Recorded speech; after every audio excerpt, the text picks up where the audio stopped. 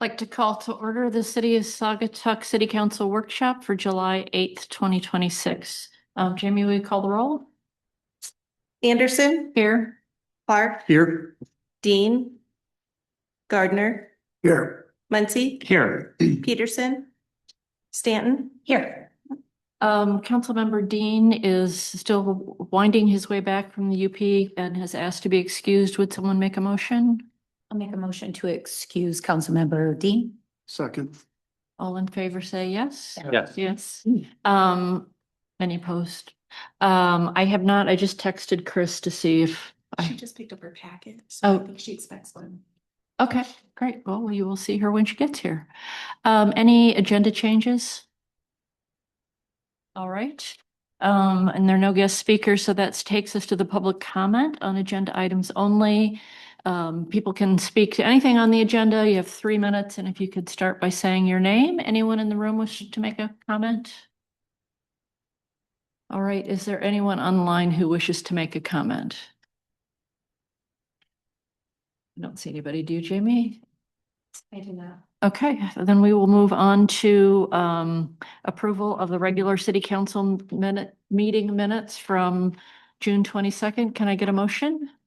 Mayor, a motion to approve a regular city council meeting minutes, June 22nd, 2026 as presented. Second. Any comments or questions before we vote? All right, it's a roll call vote. Anderson, Yes, Clark. Yes. Gardner, Yes. Muncy. Yes. Stanton. Yes. motion carries. That takes us to discussion items. Thanks to everyone. Yes, Russ? Yeah, Madam Mayor, before we get into the discussion items, I will have to excuse myself at 5:30 Oh, all this right. evening. Good to know. Thank you. Discussion items. Thank you to everybody who is here. Appreciate you being here, whether in person or online. And we'll start with 7A, which is the special event for the Art Coast Food and Wine Festival, which is on page 9 of our packet. Okay, that would be me. CVB came and presented their event earlier in the year to you, so you're familiar with the event, but we did have our safety meeting. And we have some things to bring to you for discussion and to see if you have any questions before we move on to Monday. So the event is November 5th through the 7th. It's in the Singapore Yacht Club, but there are some asks from the city that require your approval. So we're looking for a couple of items. One would be a road closure for the Mason street end. And then no parking along the side of the event. Sorry, give me 1 second here. They're also looking for water service, which is something new that we typically don't have. So that's something new that we're working through. There's a noise ordinance request. They will be going past 11 o'clock on one night until 11:30. So that's a half an hour there. They have already done a lot of their due diligence as far as the liquor licensing is finished. They've talked to the health department. We met with fire, police, DPW. And so we've worked through a lot of the items they need. The only thing we're working on right now is just the water. Their request is potable water for some of the cooking in the big tent. And then some water for the restrooms. So DPW Director Andersma has been working with them on the water service. Looks like we can do non-potable water, but we can't do potable, so the organizers will take care of that on their own. But as far as the non-potable, that would be the only thing that we can come up with is providing water from a hydrant, which is non-potable. And then we would meter that water through Cal Lake for water usage and pass that charge along to the organizer for the water service. So if I look down here, if we can, I'm gonna pull up the map of the event and show you what the request is from the city here. The request is no parking here. This is gonna be their back of the house for some of their ice generators, items of that nature. And they will provide nice screening for that that you can see in your packet. It will look like this, so you won't see anything that's behind the area. It'll be very well presented. And then we have a street closure down here. So they're requesting to close this street end entirely here for some restrooms and for the catering tent. So these are your asks before you. All right. CBB, did I forget anything that? Alec? Think so. Okay. Lucas. Lucas? Yeah. Hey, Jamie. Lucas?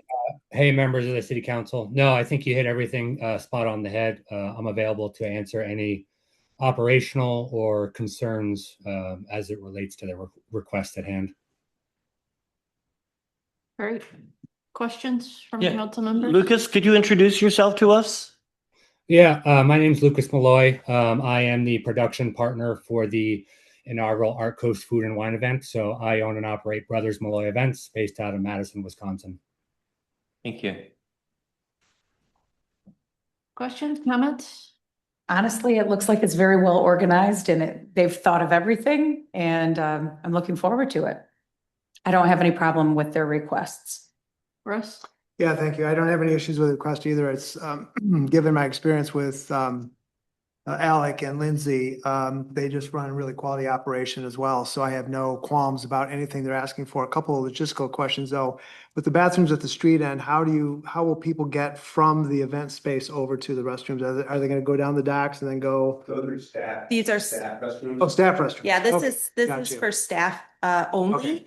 Okay. And they will have high-end restrooms here within the area. So these will be open not to the public, but to the event participants. Understood. Thank you. Yeah. So with businesses, I know Miles will be closed that time of the year. There'll be probably a lot less traffic, I would assume, at this time of the year. But with the estimated attendance at 1,000 people, any thoughts on, is there going to be any issues with parking? I mean, normally you wouldn't say with a, small number of people, but this time of the year and that number of people, if you hit that number, could present some issues.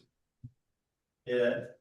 Alec, can you come up to the? And not a, We can not, hear you on the tape. not a criticism, Alec, just more of a question. Yeah. I've done just kind of napkin math on it and say it's 500 cars.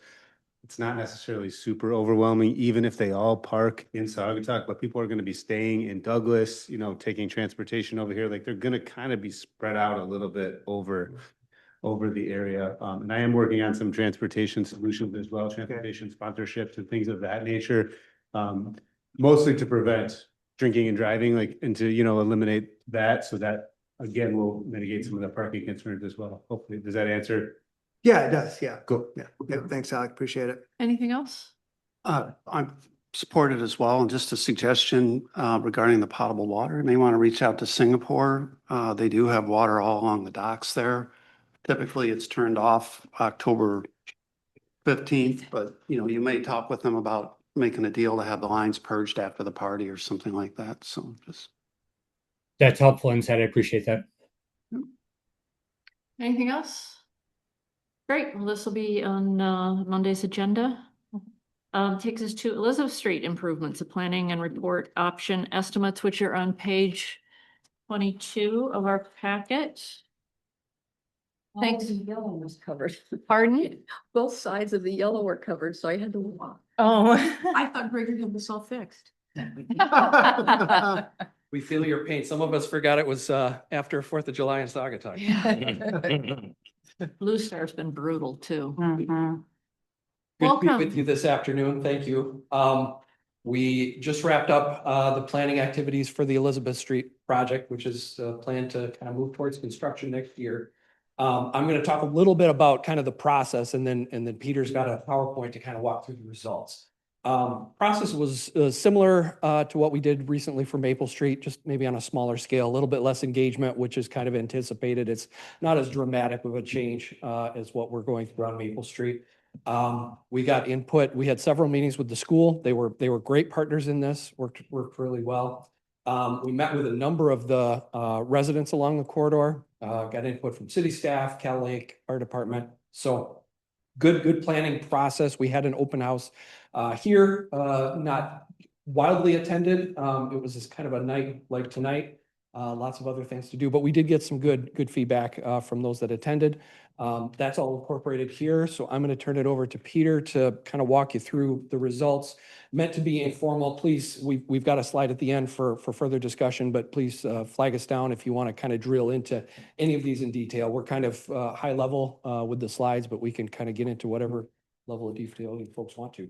Great. Peter. Thanks, John. Thanks, Peter. Appreciate it, John. Yeah, like John said, we can go as deep or as surface level as needed. So these are kind of just broad level, but if you have interest in diving deeper more into any particular topic, we're happy to do that. Forward there. So here's just a brief agenda of what we looked at during this planning phase. Obviously, the water, wastewater, drainage, roadway, and I know a big part is that non-motorized piece, and a couple options for us to look at there. We got the summary of all the costs at the end, and I know they're also in the report as well as what our projected schedule is, which could also be a topic of conversation. Other construction considerations, and then, of course, questions at the end. But as we're going along, if there's things that's on your mind, obviously this probably works best as a back and forth. So the first item is the water infrastructure. The biggest thing there is we did find during this planning process more records than we originally had of the age and material of some of the existing water out there.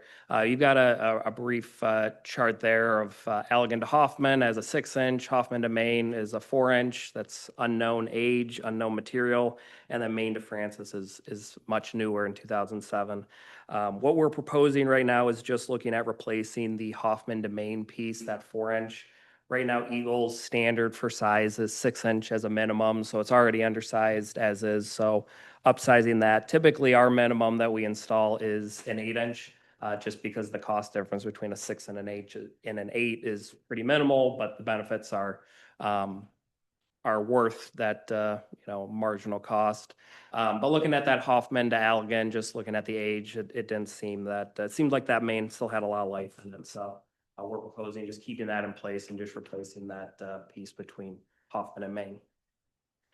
There are also, just one more thing on there, there are also a number of houses that are connected to the main along this way that will need to have their service replaced as part of the lead and copper rule. I think there's 17 right now that I counted, and I think 10 of those were either known to be needed to be replaced or were unknown that we don't have that information yet. So that would be something that we would also address as a part of this project. Yeah. Thank you. And those replacements, that will be at our cost, Yes. all the way into the house. If it's warranted, yes. So similar to Maple Street, we're going to do a lot of verification during construction. If it needs to go all the way to the house, we'll take it all the way there. If not, then we'll stop it the right away. Has there been any contact with the 17 places? Do they know this is coming? They've received the same mailings, not specifically directed towards them, but that's conversation has begun. So, Certainly more to come. so of those 17 properties, they would have been included in that original letter I think everybody got regarding taking a picture of your water valve and so forth. So we probably have, you said about 10 of those you think are? Yeah, that either we know needed to be replaced or were unknown. So Okay. we got some of that information. Some may be bits and pieces. We know whether the material is inside the house, but maybe not in the yard. So whatever gaps are, we'll fill in during either design or construction. They would have also received a notice in October of last year, once we got the distribution systems material inventory done, that told them if it was either known to have lead or galvanized or was unknown. So there's at least some knowledge that they should have that at some point something may need to be looked at some more or replaced. Yeah, thank you, Ryan. Moving on to the wastewater section, less needs there, a bunch of kind of spot repairs that we're looking at for the wastewater side. There was a lot of televising and inspection done for the existing sewer out there during the SAW 2016 to 2018, and Cal Lake has done additional televising in 21 and 22. We've got some sanitary repairs and some sanitary replacements that we're recommending. The sanitary repairs are shown there, just a couple manholes that either have some cone issues that can be replaced when we're tearing up the road, as well as there's a drop sewer connection in, I think, the manhole on Hoffman Street intersection that's no longer allowed by Eagle. So again, when you have the road torn up, that was the best time to fix that issue.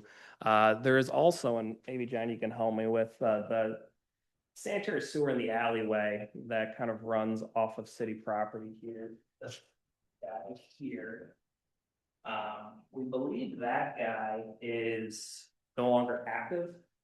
We still want to do some more verification in the design phase to ensure that, but from what we were gathering from our own televising and looking at past records, that is a deactivated main. So our goal would be to eliminate that sewer that runs out of city property as the part of this as well. Just a quick question, this is more for Ryan. That's probably that alley that's been in contention for a number of years, right? Yeah. Yeah, we think it serves one parcel still. There were at times 3 or maybe even 4 connected to it. We think it still fits the one on Elizabeth Street. So that'll need to get addressed, but otherwise the rest we think debate. So when we say abandoned, anything that's underground is just left as is, right? Or is it removed? Is that? On the side, we usually don't go to the cost of removing it. If it's large enough, we'll maybe fill it with grout, essentially like a fluid grout, or otherwise just kind of bulkhead the ends, just kind of cap the ends. Okay. Yeah. Thank you. Leave it for someone else to find. Time capsule. Thanks, John. For the next slide is some of our sanitary sewer replacements. The big one is going, kind of zooming into that section, that piece that runs along Elizabeth Street from the alleyway to Mason Street. That one was attempted to be televised in 2018 by Cal Lake, and they weren't able to get a camera through on either end. Same thing in 2021. So as you can imagine, that sewer is not in great shape. So our suggestion there, our recommendation there is to replace that run of pipe. There was also about 23 feet of sanitary sewer near the north side of the school that was sitting full of water when they televised it. And looking at the grades, it looks like we should be able to just take out the last 23 feet or so and relay that and just have it not be sitting full of water. There are a lot of utilities in that area, so what may have happened when they were originally building it was they needed to run it the way they had to get over the gas or under the fiber, what was going on there. But we were going to look at that and at least plan to try to alleviate that problem again when everything's falling out. For the drainage system, for the storm sewer and curb and gutter, the curb and gutter overall is in pretty good shape out there. There's a handful of spot repairs that are probably worth doing, as well as some that will get impacted when we do some of these other improvements. But by and large, it was still in really good shape. We did also inspect the stormwater structures and televise the sewers, and again, in really good shape. So outside of some of the drainage impacts from other improvements that we're doing, very limited replacement that we're recommending on the drainage side. For the roadway infrastructure, the roadway right now is in bad shape, as most people can see. Paisley rating between 2 and 4, and you can see where that falls on our chart there. The recommended improvements here is just to remove all the asphalt and replace it. For the locations where we're installing water main and sanitary sewer, we obviously will be taking all the base materials, so we'll be rebuilding that as a part of those operations. But otherwise, we were just going to do some base treatments to what's currently out there and then repave it. We're proposing 4 inches, which is pretty standard for a major roadway such as this. That's what we're doing out on Maple Street. And maybe just to add, we also in the study looked at road width, because there are 2 different road widths out there. Along the school, it's wider. It's a little bit wider than what you even need for parallel parking on both sides. But I think it's warranted. So we aren't proposing to either narrow or widen the road unless you folks would like to see it that way for other reasons. We did look at, we had an idea come through about could we do some diagonal parking through there. We don't have the width to do that unless we eliminate parallel parking on one side. So the net benefit is pretty low, unless we go to a one-way street. And even then, you don't quite have enough width to do things well, to do them properly, where you're gonna see a large increase in. I think a one-way street there, it wouldn't be feasible, you know, for the kind of traffic that comes in and out. Also, does that include the curbs, or would the curbs remain where they're at? Replacing the ones that are, you know, if a curb is settled, or where we have to get a utility underneath it, otherwise leaving them. Okay. Yeah, and the sidewalk ramps will have to replace those just to make them compliant. Thank you, Madam Mayor. So we're still looking at parallel both sides up and. Parking unshaped. Yeah. Thanks. Yeah, unless some folks direct us differently, that's. I'm just putting on my bicycle hat here. With the larger street that we normally have, is there an opportunity here to maybe think about a complete street approach? Because there's, you know, kids, I'm assuming that, I don't have a count, we can probably get that from school, but I'm sure there's kids that are walking and riding bikes to school. I'd like to encourage them to utilize, you know, proper roadway for that. So just put that into the mix too, in terms of how could we make this more feasible for that? Two is, I noticed a comment here, I don't know if this is the right spot to bring it up. Communicate with Saugatuck Public Schools about heavy grease deposits in the water. Yes, so What- that what- was, yeah, in the sanitary sewer, when we were looking at some of the sanitary sewers, we did find in one pipe that had a lot of grease deposits on it. Not necessarily anything that we're proposing for improvements on this project, but something that's always a good reminder to not only the school, but really to everyone, while I'm on my soapbox here, to avoid putting a lot of those grease deposits in. We do see them in the mains, and they do create clogs. They do create issues that are kind of maintenance hassles. I'm sure the DPW can comment on that, but that's definitely a good reminder, really, just to everyone. So Thank you, Madam Mayor. One more question. I just read it in the paper that the school is looking at doing another bond proposal, and I couldn't quite follow out where that was going to be at. Will this affect any of that? Should not. No. Is they're- that all somewhere yeah, else? different site in Douglas that they're looking Okay. to do some work. Yep. Thanks. They are, just to kind of build on the thought, they are looking at a safe routes to school project through MDOT, which is federal Nice. and non-motorized funding. So that was one of our meetings with them, is to kind of walk the area and incorporate some things that came out of that walkthrough. So whatever we don't do from a non-motorized standpoint here could get done later on by that school project. Thank you.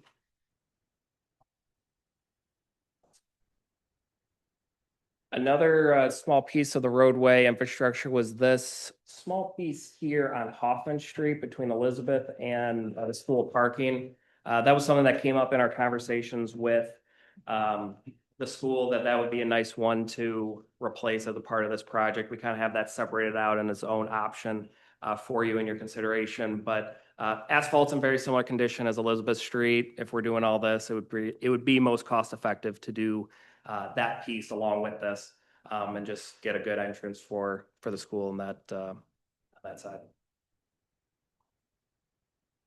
Non-motorized infrastructure. This is a lot more options to look at. 3 options that we looked at, and a lot of these can be broken up into smaller options as well. So we can spend a lot of time talking about this and how exactly you want to deconstruct it.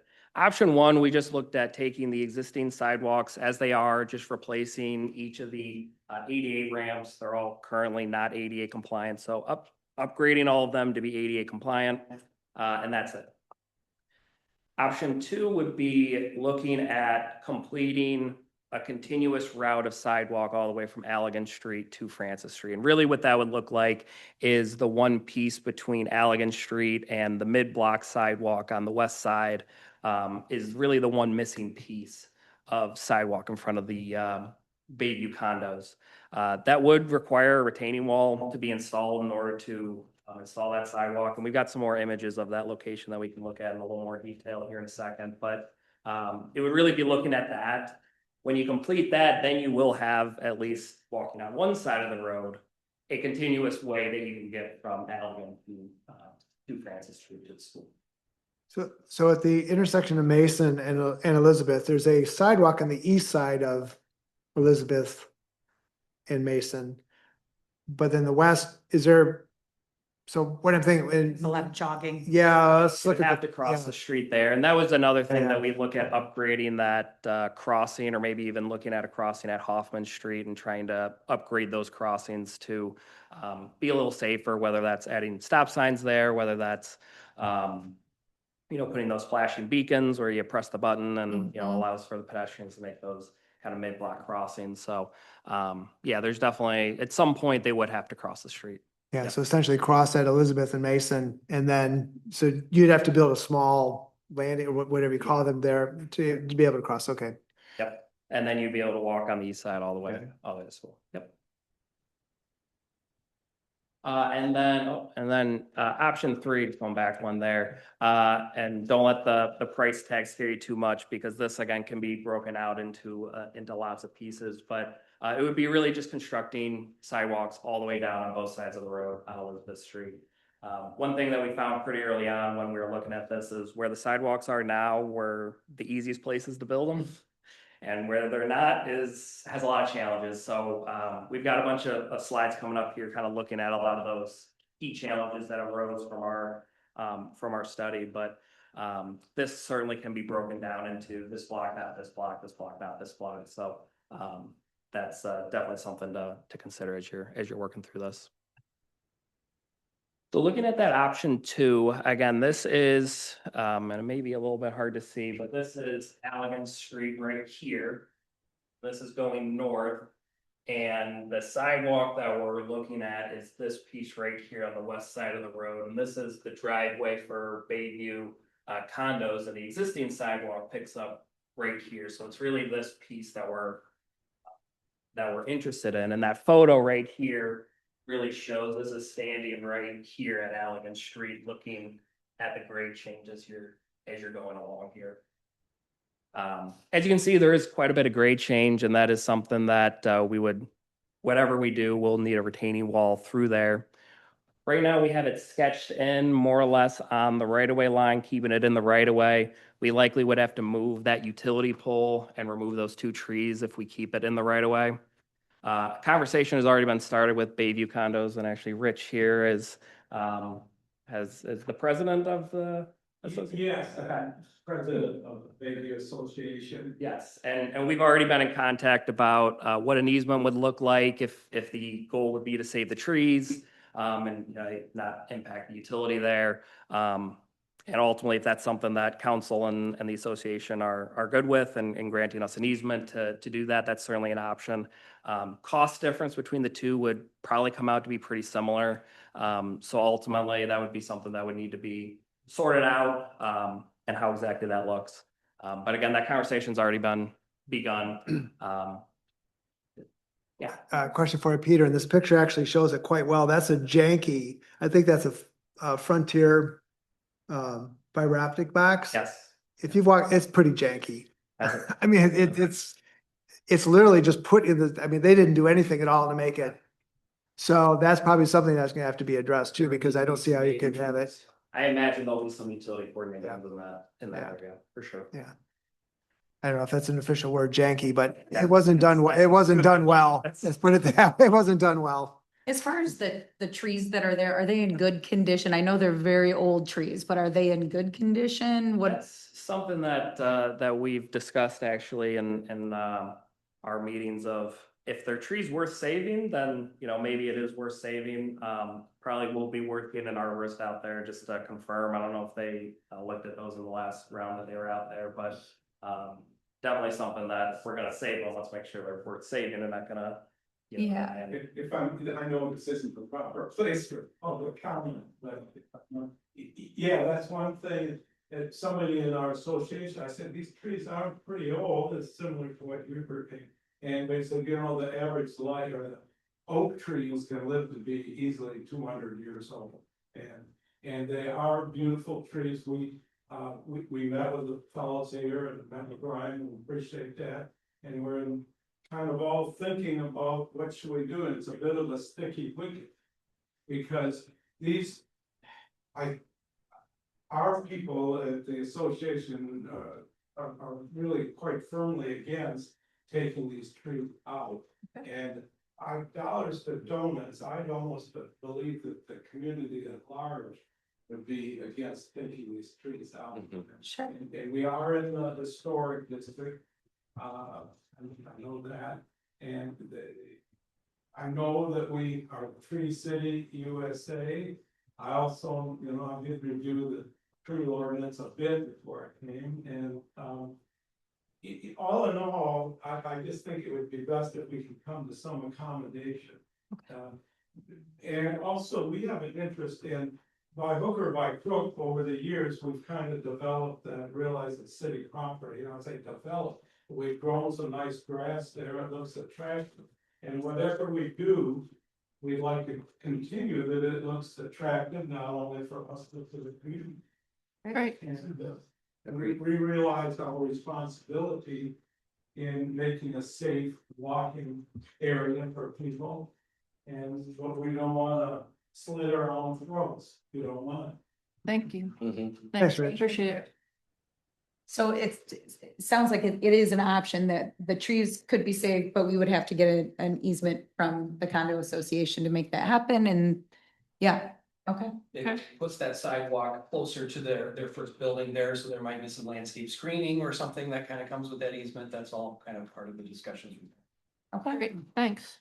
Good to know. Where some of that cost saving of removing the trees may be, made up for by some lands. It's gonna cost you a significant amount of money for even to remove those trees on this day and age. And we might hope that at least that money could be spent in beautifying the area and making it nice for us. Okay, Uh, great. anyways, that's- Okay, thanks. Thank you. Oh, thank you. Appreciate it. Based on the experience of just having a big oak tree fall down, it's about 5,000 to have it removed. Okay, Gregory? Yeah.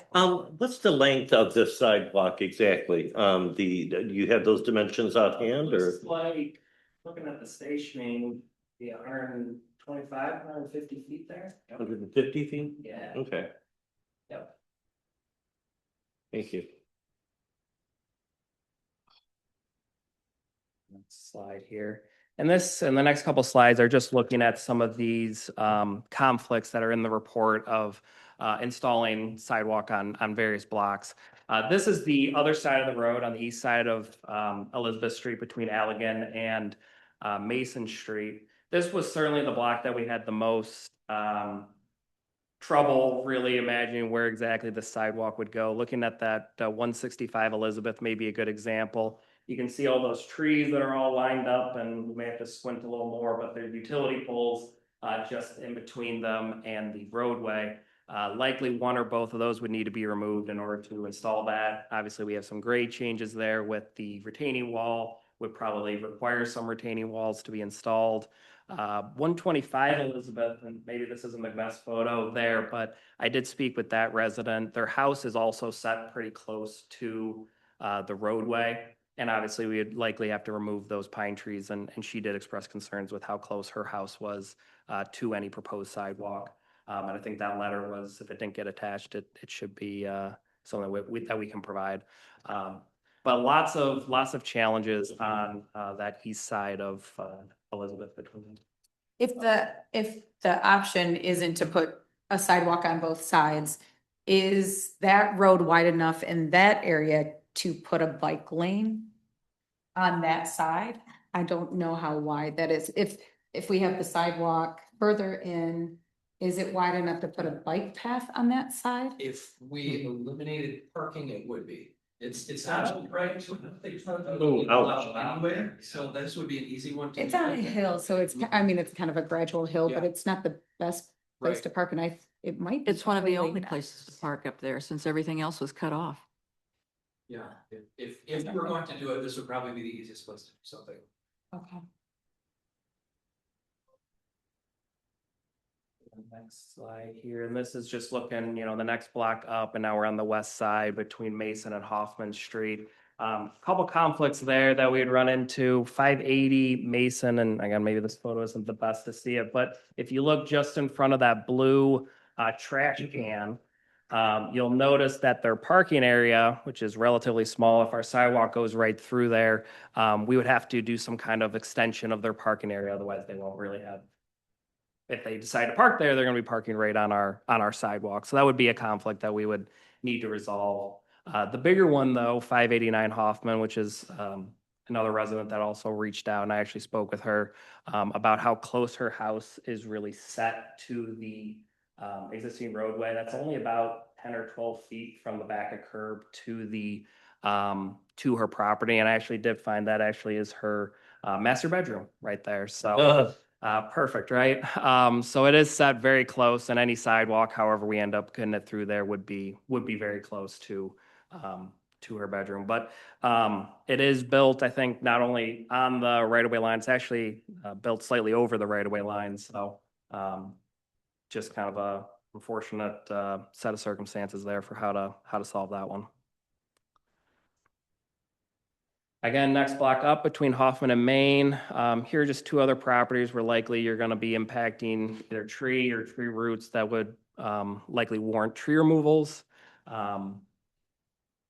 You go next slide, here would be the last block there. And again, it would be going on the west side between Main and Francis. There would be some clearing that would need to be done against some tree removals that would be necessary there. The sidewalk does pick up by those tennis courts, so you'd only have to go about a half block. Putting the sidewalk on the other side of the road in front of the school would be a pretty feasible thing to do. There's not a lot of tree or utility conflicts through there. The school did also reach out about reworking their crosswalk from the tennis courts across the street to their property. So if we did want to, have a sidewalk run all the way in front of the school, that could be something we could do kind of in conjunction with all of that.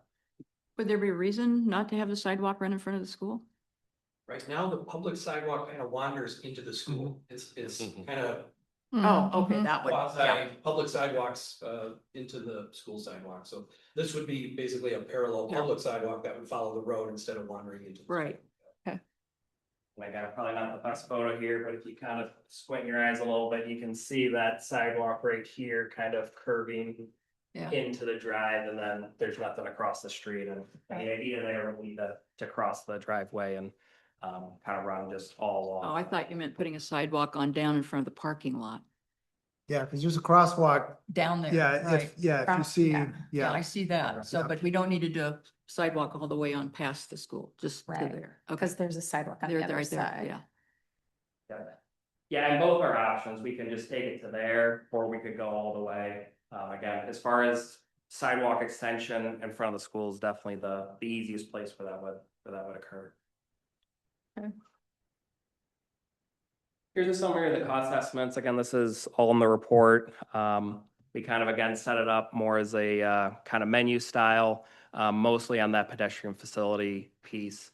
And I should have mentioned as I was going through it, each of those cost estimates roll the previous option into it. So you don't have to pick multiple. It would just be one or the other. Like option 2 includes all the stuff from option 1, if that makes sense.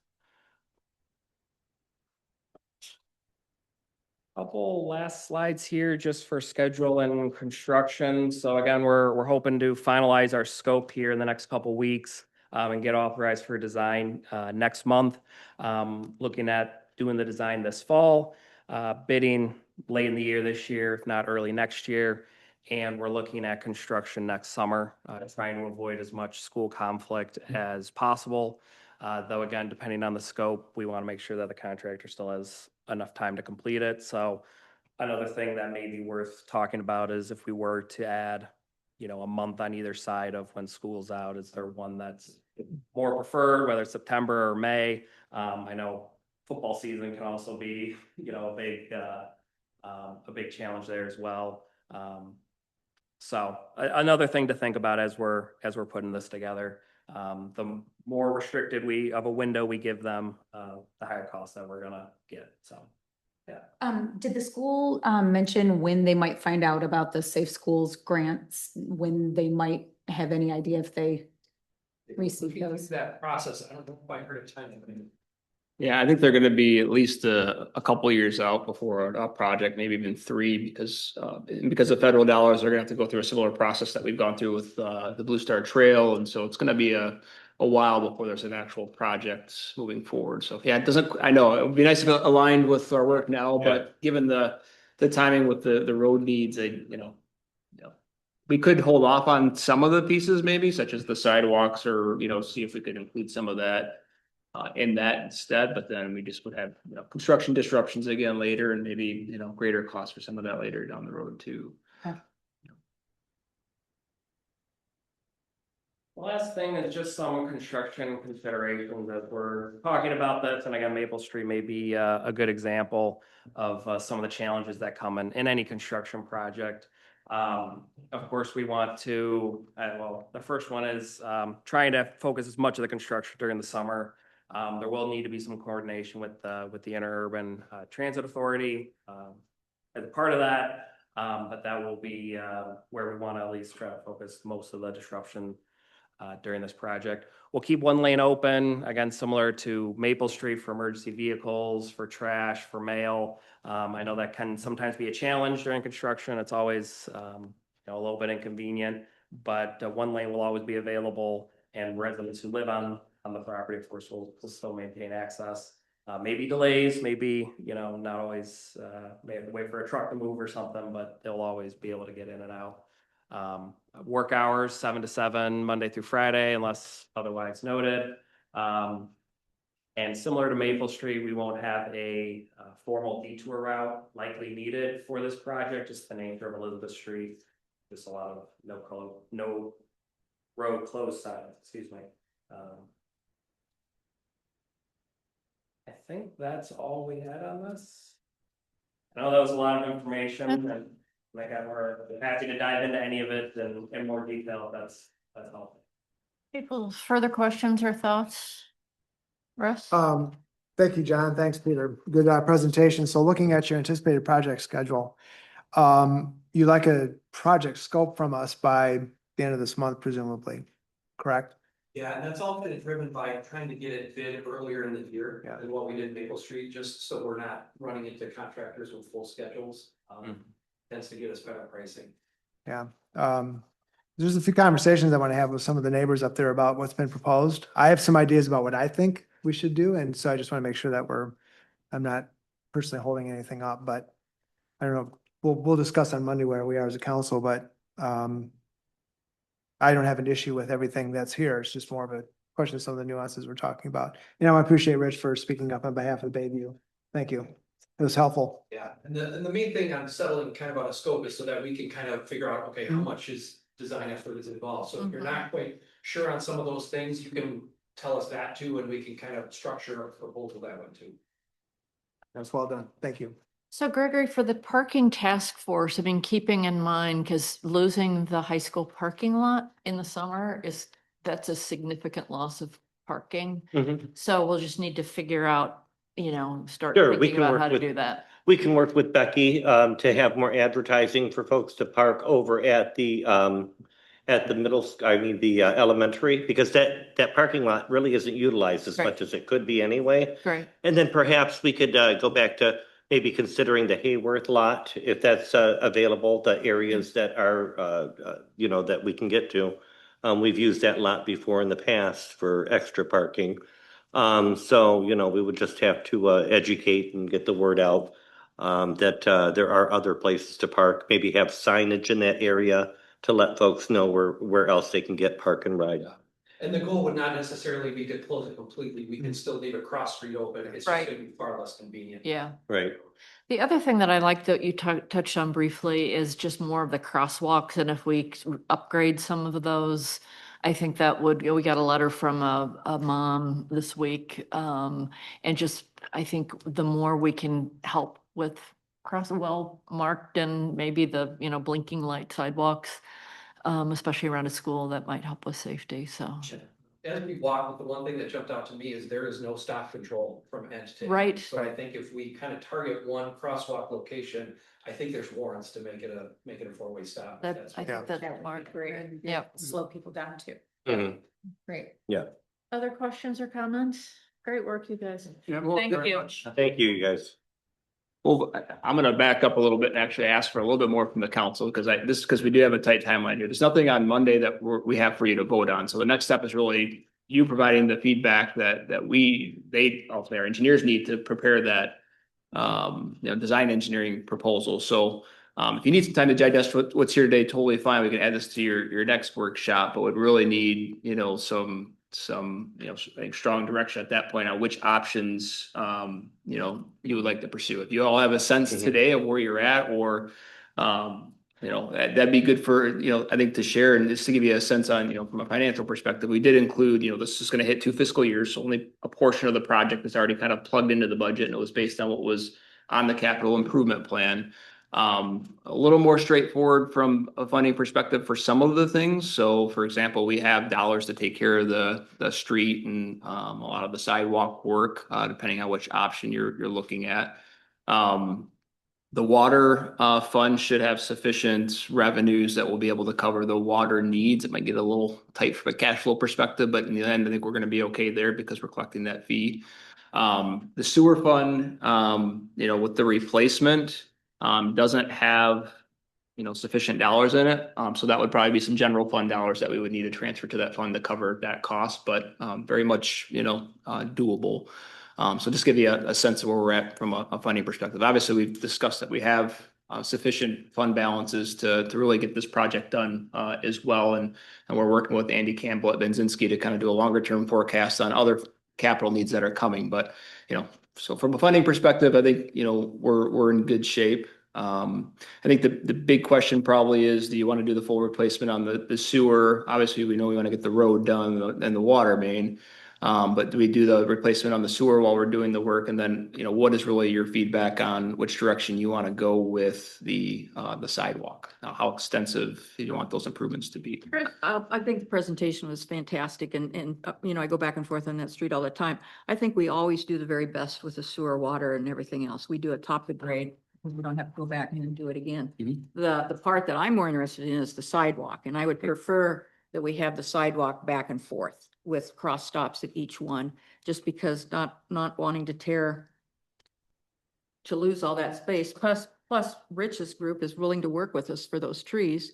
And I think a sidewalk along that side, so you'd cross from Allegan, cross Elizabeth over to the other side in front of the condos, and then that goes down however far you want it, and do the crosswalk back and then into the school, right? Okay. That would be my preference right now, rather than 2 sidewalks. Completing the missing piece. Yep. I couldn't agree more. I mean, that's exactly where my head's at. I mean, I think ideally, running a sidewalk on the east side from Allegan to the high school would be, I think we all agree, would be the best solution if we could pull it off. But logistically, it just seems like we're really leaning in with our chin in terms of all the obstacles and things that need to be overcome. So I think it's a good compromise. 100% on the sewer. Let's get it done. We got the roads tore up. And to the extent that we can work an easement agreement and preserve the trees, we are Tree City. I'm 100% all for it. So, yeah. I agree with Chris Peterson as well. Yep.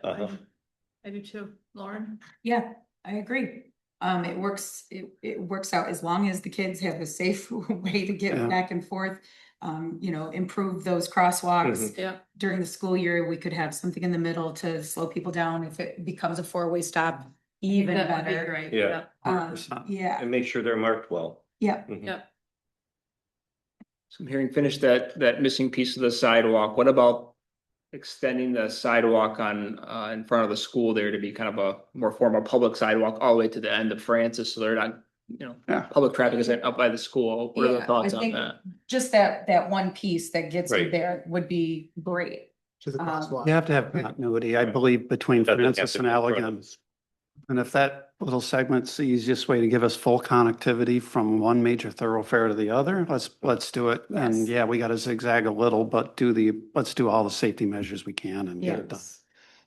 Okay, so it seems like we have consensus on the direction. Well, I think we probably have a consensus from what I've heard to at least get a design engineering proposal put together, and maybe we can bring that to your next workshop.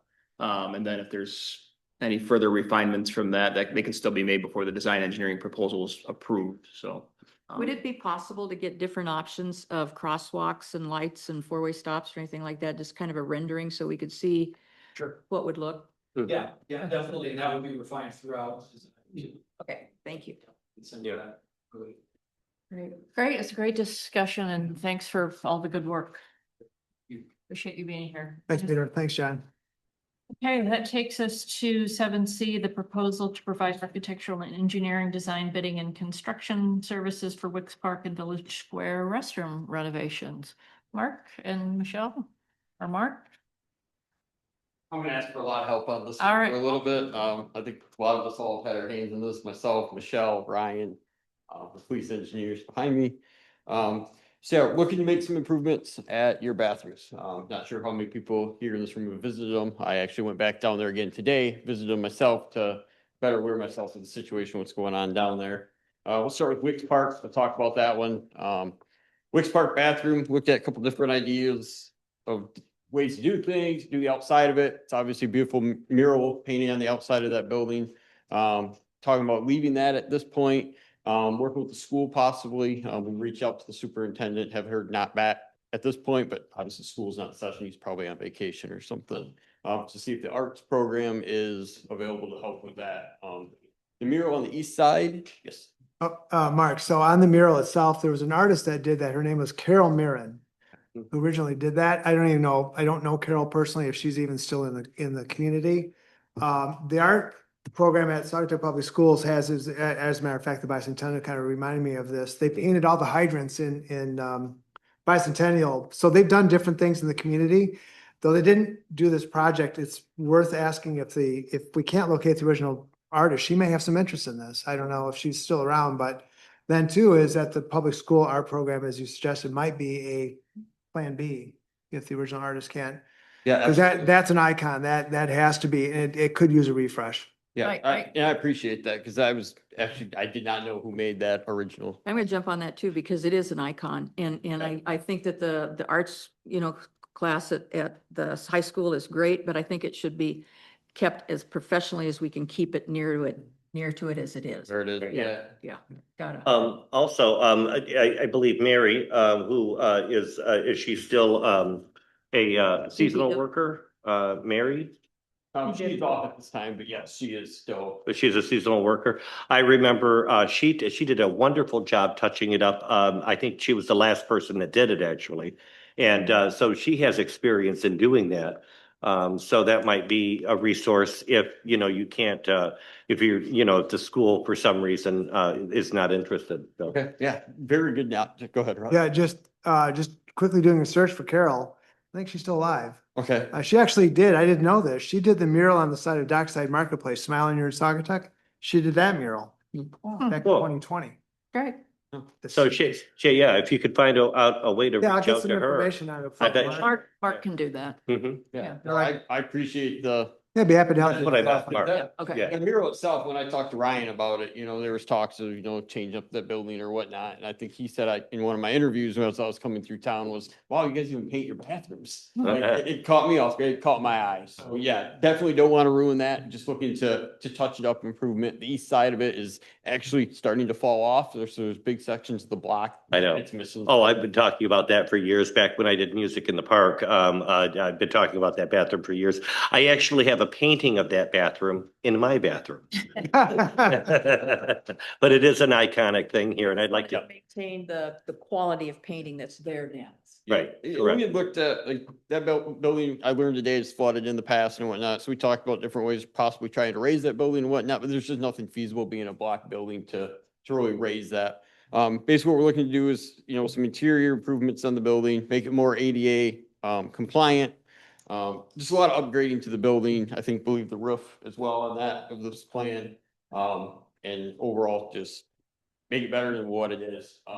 One of the things I'm going to recommend for it, especially on this, is kind of like similar to like Mount Baldhead bathrooms, a lot of the same fixture type stuff.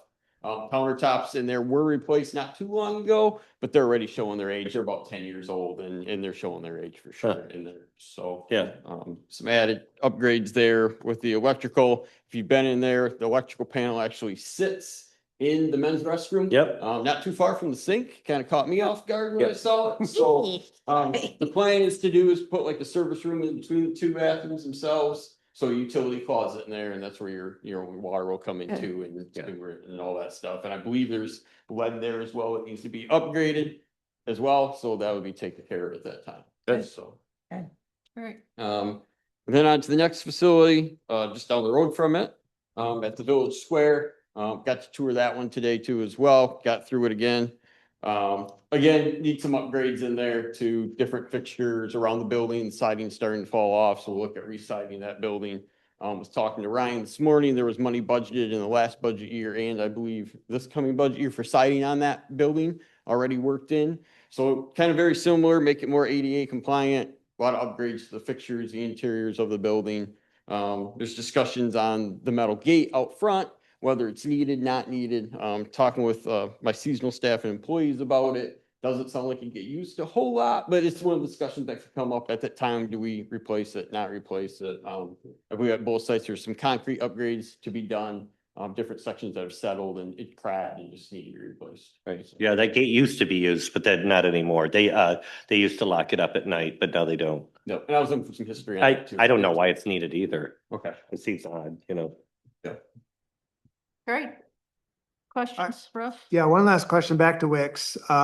Most folks won't have memories of this, but that restroom can get flooded rather easily, especially on the water side. You can see Gregory nodding his head. So, can't say when that's going to happen again, but something just to keep in mind is that's being evaluated. There can be several inches of water that will get into that building. So just as you look at just infrastructure, that's something just to future-proof it for. It's going to happen again. It's just a matter of when.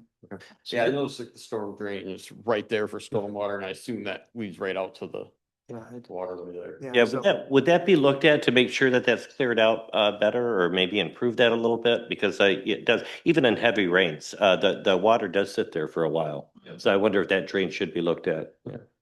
Definitely something to put on your to-do list as you're looking at this. Thanks, Mark. Yeah, and to that point, Russ, it's a very good point. I think this is, and John and Mark can correct me if I'm wrong. I understand there's a little bit of a trade-off here, right? So, the existing building itself can, we can redo the interior like we're planning on and keep the mural, but that comes with the trade-off of higher water levels could cause flooding in the future and cause those issues. So, like Mark alluded to, there's issues with raising the building. So really the other option is tearing it down and building new, which is another option, but obviously there's the trade-off with losing the mural. The other trade-off here with this is in making it ADA accessible is that you're losing some bathroom space. So it's really going to be 2 bathrooms, single use, like it is out at Bald Head versus right now there's 2 options in both the men's and women's. So reduction of bathroom space to keep the existing building. So those are some trade-offs you are making. If there's interest in keeping the same numbers of stalls and number of restrooms and trying to future-proof this some more for like true high water impacts, which like I talked with Mark about this morning, I think, flooding from high water impacts is probably a broader discussion than just this bathroom, right? That's more than just looking at that particular issue. But I did want to make sure that you're fully aware that, there's some investment here, there are trade-offs, so. Yeah, and a little bit of history on these bathrooms. So the city acquired those in 1975 from Dick Hoffman, who was still in Anchor Park. And that was the same year that the bathrooms were built on the Village Square. And they were going to demolish this building because they said, why do we need bathrooms so close to each other?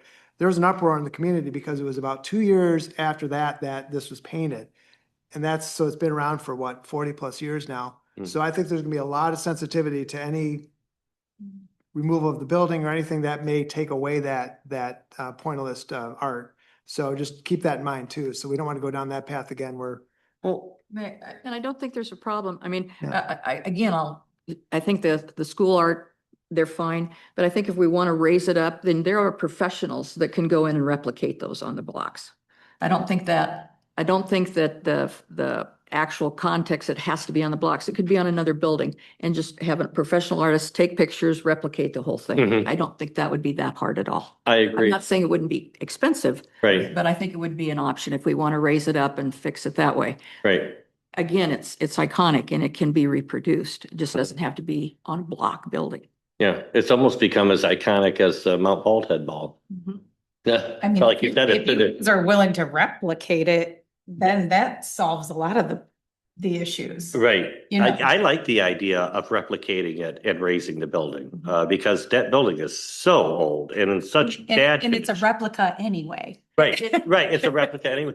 And if we could reach out, and if we could. Not an original painting, And so.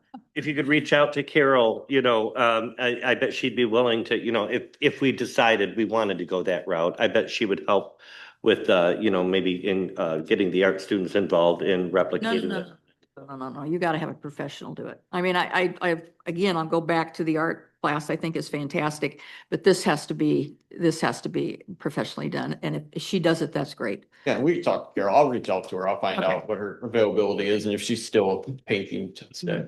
Is there still a possibility of doing something like that or looking at a cost? I was just gonna add, if you're willing to go with a replication of the mural, we could demolish the building, build you a new block building similar to, what's there, but modern.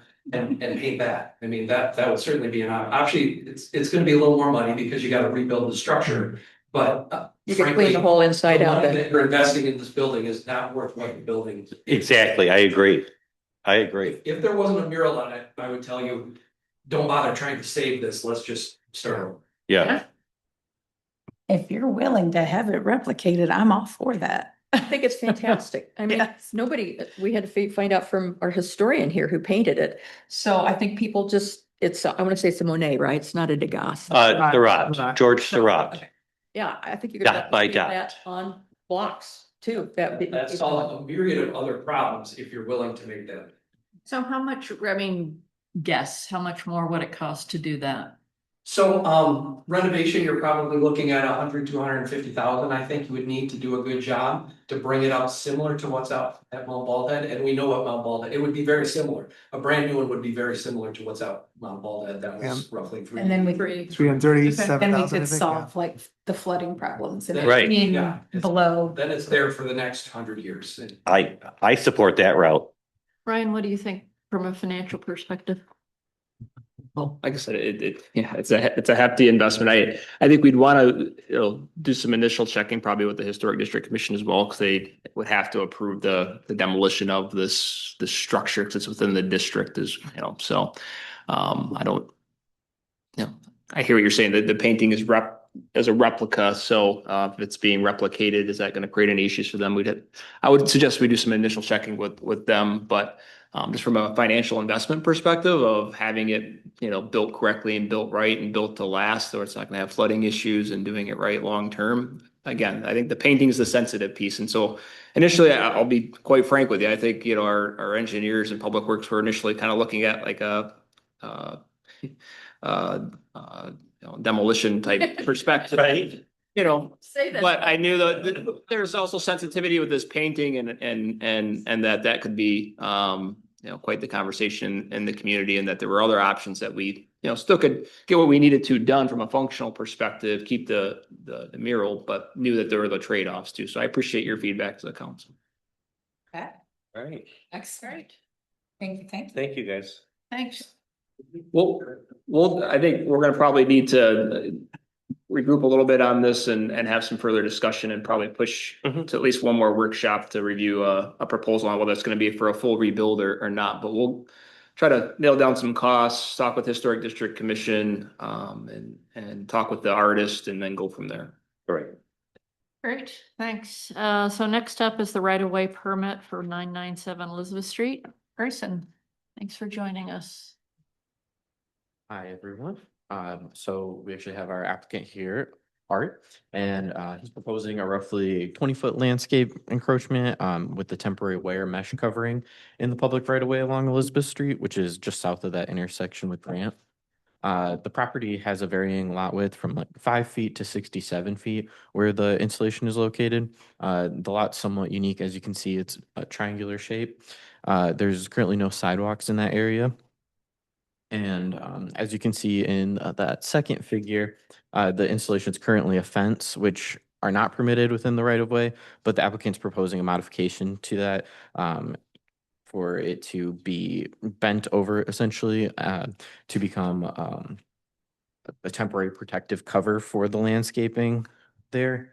So with that modification to the feature, the purpose is to then protect the flower bed from wildlife and would no longer be considered a fence. Therefore, council can review the feature under Chapter 94 and the city's hardscaping policy. So as the report notes, the proposal is similar to in nature to other installations which can be permitted through that. If it's deemed appropriate under the criteria that's listed under the council considerations for you guys.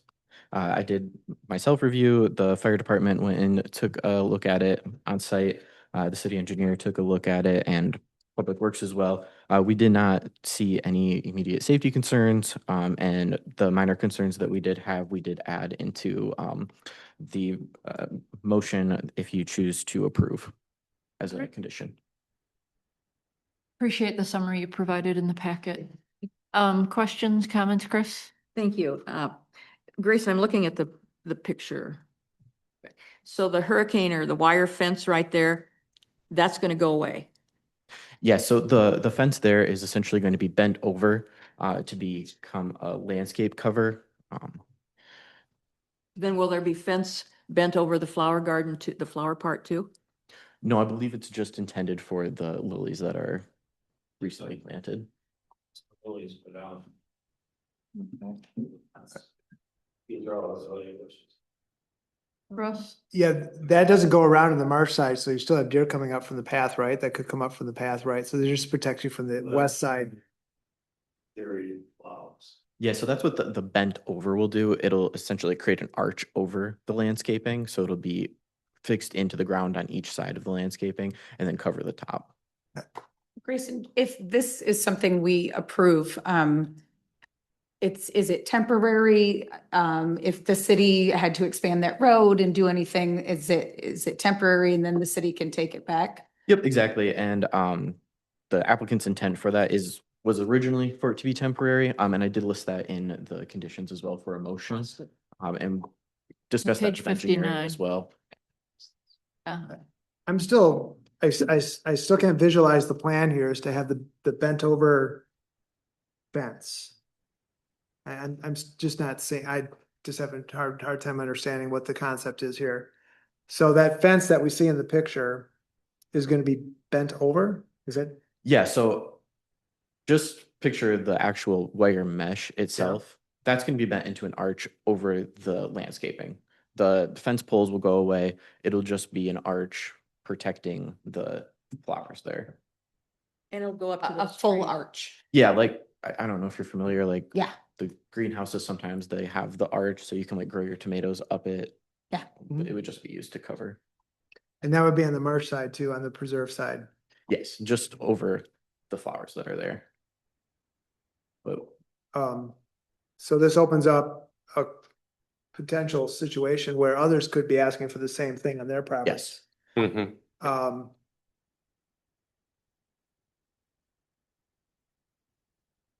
Well, this is, in 2024, it's the picture that I showed. And that was just weeds for people on property for 100 years. Just all it's always been weeds. So I planted less than $3,000 to plants, fence, mulch. And last year I had one flower. The jury all the flower every time it was bud, so by more. So I was trying to make it look nicer with the Yeah, I appreciate, yeah, I maintained the spot. There was the easement. yeah, no, I appreciate what you're trying to do. Certainly do, is having a yard full of plants that deer eat all the time and rabbits and so forth. I do appreciate what you're trying to do. I just thinking about the larger issue for the community. For others that may see this and think, well, I'd like to do that in my yard. That just opens up another, so that's my concern. Good, yeah, because a lot of people will just put, more like a fabric temporarily over plants if they don't want, animals to get to. I've seen people do that too. So there's other options. So. My plan is to take it down as soon as the flowers are gone. Yeah, so on page, 59, it goes through that he would take it down by remove- November 1st. Remove annually by November 1st and not reinstall before April 1st. But in theory, this concept, you could have this up from from April 1st through November. As is proposed. Each year, correct? Yes. Yep. But then if something we were to create parking there or expand the road or do any kind of thing, then we can take it back if we need to. Correct. But if you had an expand road, it has to go this way often. Whereas, On the other side, right? yeah, I mean, this is all. Right. I mean, frankly, The how, road has to go this way. yeah, This house over here, the plot line is 3 feet on the gutter. This house never should have been sold. So this is all supposed to be road here. Yeah. Okay, so there's no room to build a road towards Right. the ravine. Yeah. Road has to go this way. Right. and there's a vacation rental at the very end of Elizabeth, at the south end of Elizabeth, right? There's a vacation rental at the very end of South Elizabeth, correct? Down in here. And then they're full-time, yes, and then there's full-time residents in that house that's kitty corner to yours, yeah. Yeah, and frankly, how often do we see public park up there? Probably not often, I would Far imagine, away from. yeah, and it's not well marked, to most folks, it would appear to be a driveway to someone's house. I would wish people would walk down there and take a look at this, but what I did there. Yeah. I will. Oh, it's I- beautiful. Yeah, I walk it all the I've seen time. it. You did Yeah, I a walk great it all the job. time, yeah. All the skirts of the trees. Yeah. You can never see inside of it before. I raised all the skirts and, you can see it's beautiful. Yeah, I walk that area often. I saw what you've done.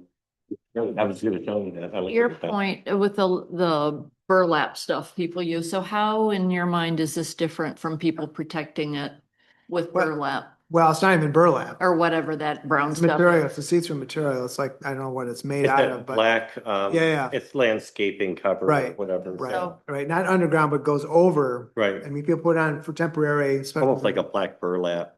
Yeah, but it's all, But I think it's a man-made material. So, yeah, but so I'm just curious how you see that differently from this. well, it's, Oh, yeah. it's flexible. This is not flexible. I'm still Nobody- having a hard time understanding how this would be bent over Yeah. to cover that. Yeah. That's The it. type of fence it is, it would bend kind of like chicken wire. No, I understand that, but I don't see why, I mean, personally, I would go with the other option as opposed to this, but But the other That's option just- is usually used in the wintertime to prevent that. This is going to no, be. no, something different than, Oh. something completely different. Oh, okay. You'll see people put it at. If you take around, you'll see people put it over certain plants to protect them. Right. Gregory knows what I'm talking about. Yeah. Yeah. But so a chicken wire, so if it's like a chicken wire that goes over it, so I just want to be sure I understand what your concern is. You're standing there, you can't even see it, that's. As I can see through the thing, you're standing 10 feet from it, it's shaded, you can't even see the wire. When the sun's on, you can see it. Yeah, but by ordinance, we can't have that.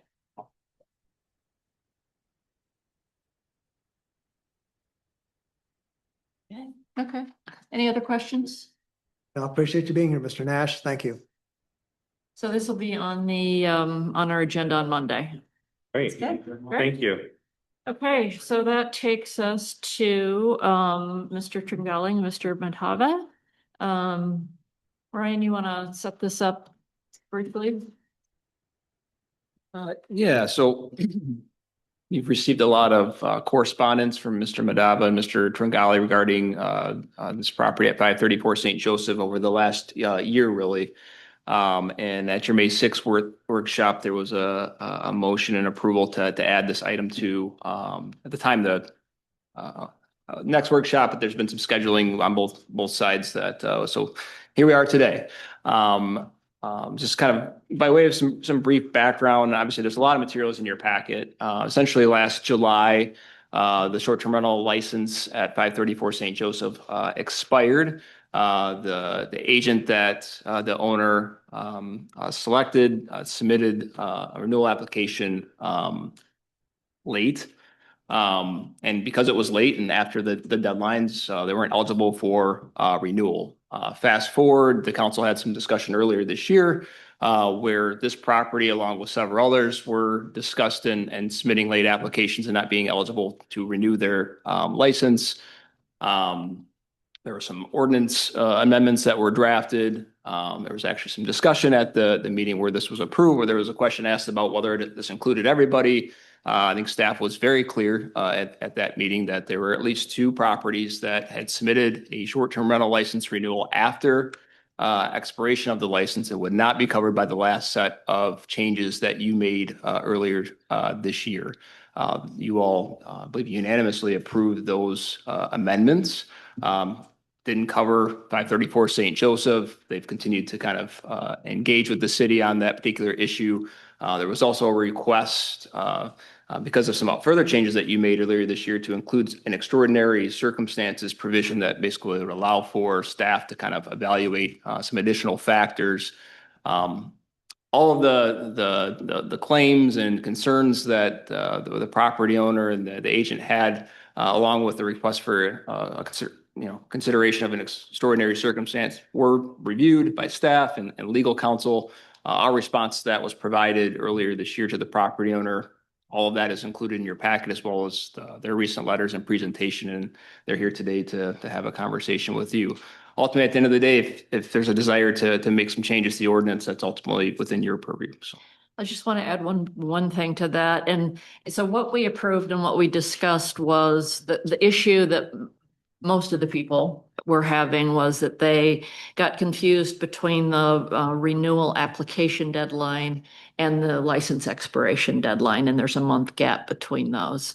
And a number of people got confused. And so we talked about, okay, so if provided people had their renewal application in before their license actually expired, those are the people who got what we called amnesty at the time. We didn't grant the amnesty to people who applied after their license expired. So just that's the context as we come in here.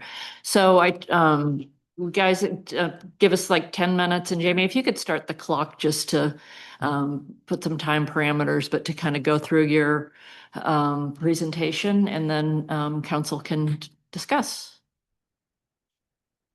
Okay, well, yeah, here we are again, and I appreciate the opportunity. I really appreciate Council Member Dean making a motion to get this back on the agenda. I think coming from Council Member Dean speaks volumes. This has been tough. I mean, I almost feel like this is more of a parole hearing as we sit here in STR jail, but you know, we're just gonna keep fighting for this, because it's not even about the mistake. It's just about the consequences. You know, for 31 years I've lived here, and I've wore many hats. I was our first community recreation director here. I started the Mount Baldhead Challenge with some wonderful people, and Oktoberfest and Sadaba and CVB. And I've been a long-standing substitute teacher and basketball coach, but most of all, I've been a successful business owner. You know, I make mistakes every day, no question about it. Just asking my wife. But this has really hardened me. It's been stressful. The anxiety, the sleepless nights, all over a clerical error. I wasn't going to bring up the clerical error because you've defined the definition of what got reapproved and what didn't. But this came down to one simple character on an Excel spreadsheet. You know, we were actually proactively reached out to Mr. Cummings about, you know, getting things in line with all these changes and the bump up in the 30-day prior to and all that. So we proactively reached out. And the funny thing is we proactively reached out in January. The 30-day prior was June, and the deadline was July 5th, nonetheless. Not a busy day at all. June, July. My office manager put that in. I believe the Excel sheet auto-corrected. So we thought we were good. That amongst the other 45 properties, we thought we were good. So that's why we didn't reach out prior to that 30 days, because we thought our deadline was January. So we basically set it and forget it. We thought we were good. So that's how little this mistake is that's caused all this. But again, it's not about the mistake. You know, I've reached out to several municipalities, including the other ones around here. I've mentioned this before. I'll never forget when I spoke to Traverse City. They're like, "Well, we get it. We certainly wouldn't be throwing the book at you. That's for sure." You know, this is.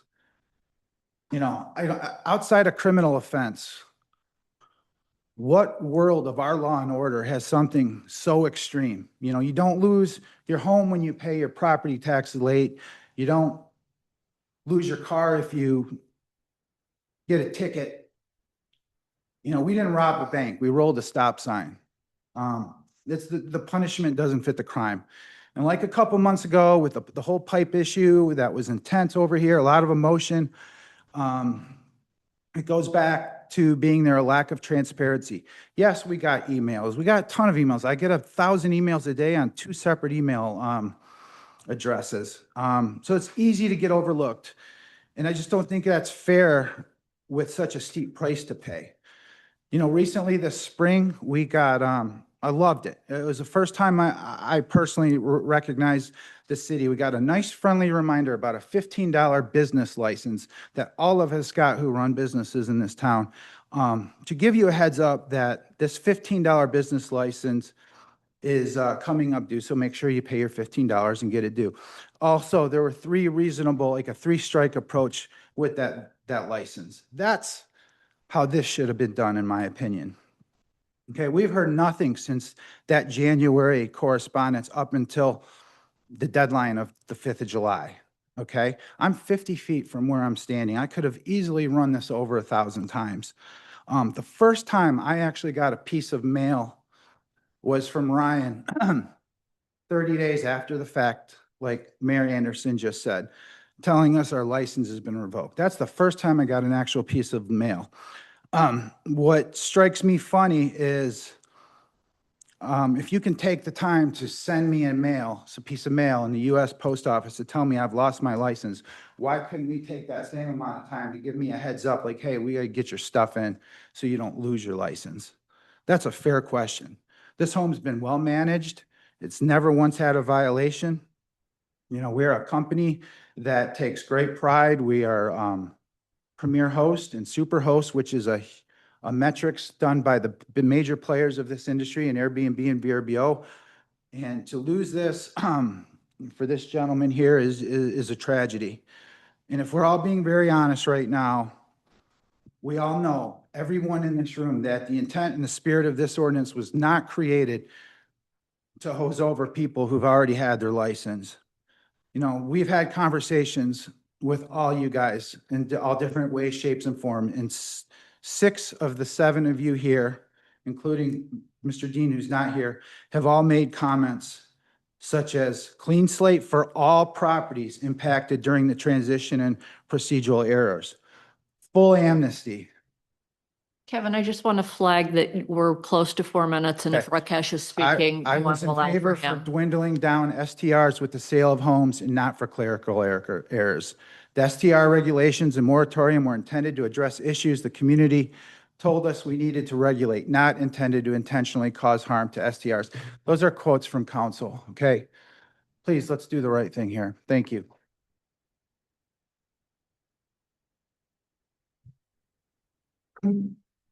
Request to get a full 5 minutes. No, you had 10 minutes between you, so you've got about 5 minutes. Well, I told them they had 10 minutes. We had a workshop a couple weeks ago and it was 2 half hour long. Really, that in 10 minutes. We've talked a lot about short-term rentals. Rakesh, why don't you dive in, and if we have questions afterwards, we'll cover that. Rakesh, we have seen your presentation. It Yeah. is included in a Yeah, packet if you don't want to worry about bringing that part up. Yeah, and we're not running a clock while you get this up and going.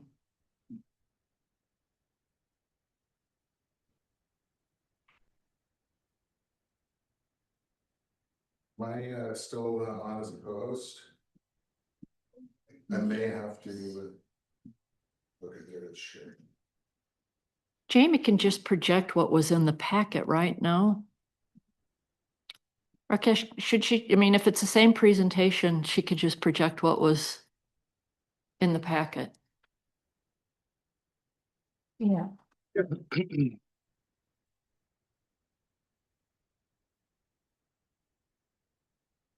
Okay, thank you, guys. Yep. I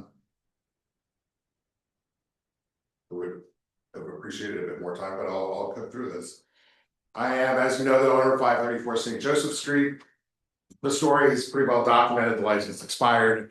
I wasn't concerned when I found out the license was expired, in part because I knew Kevin was my agent and was familiar with the ordinance and would have been able to address the issue, right? I think he and I were both surprised that there was a permanent extermination.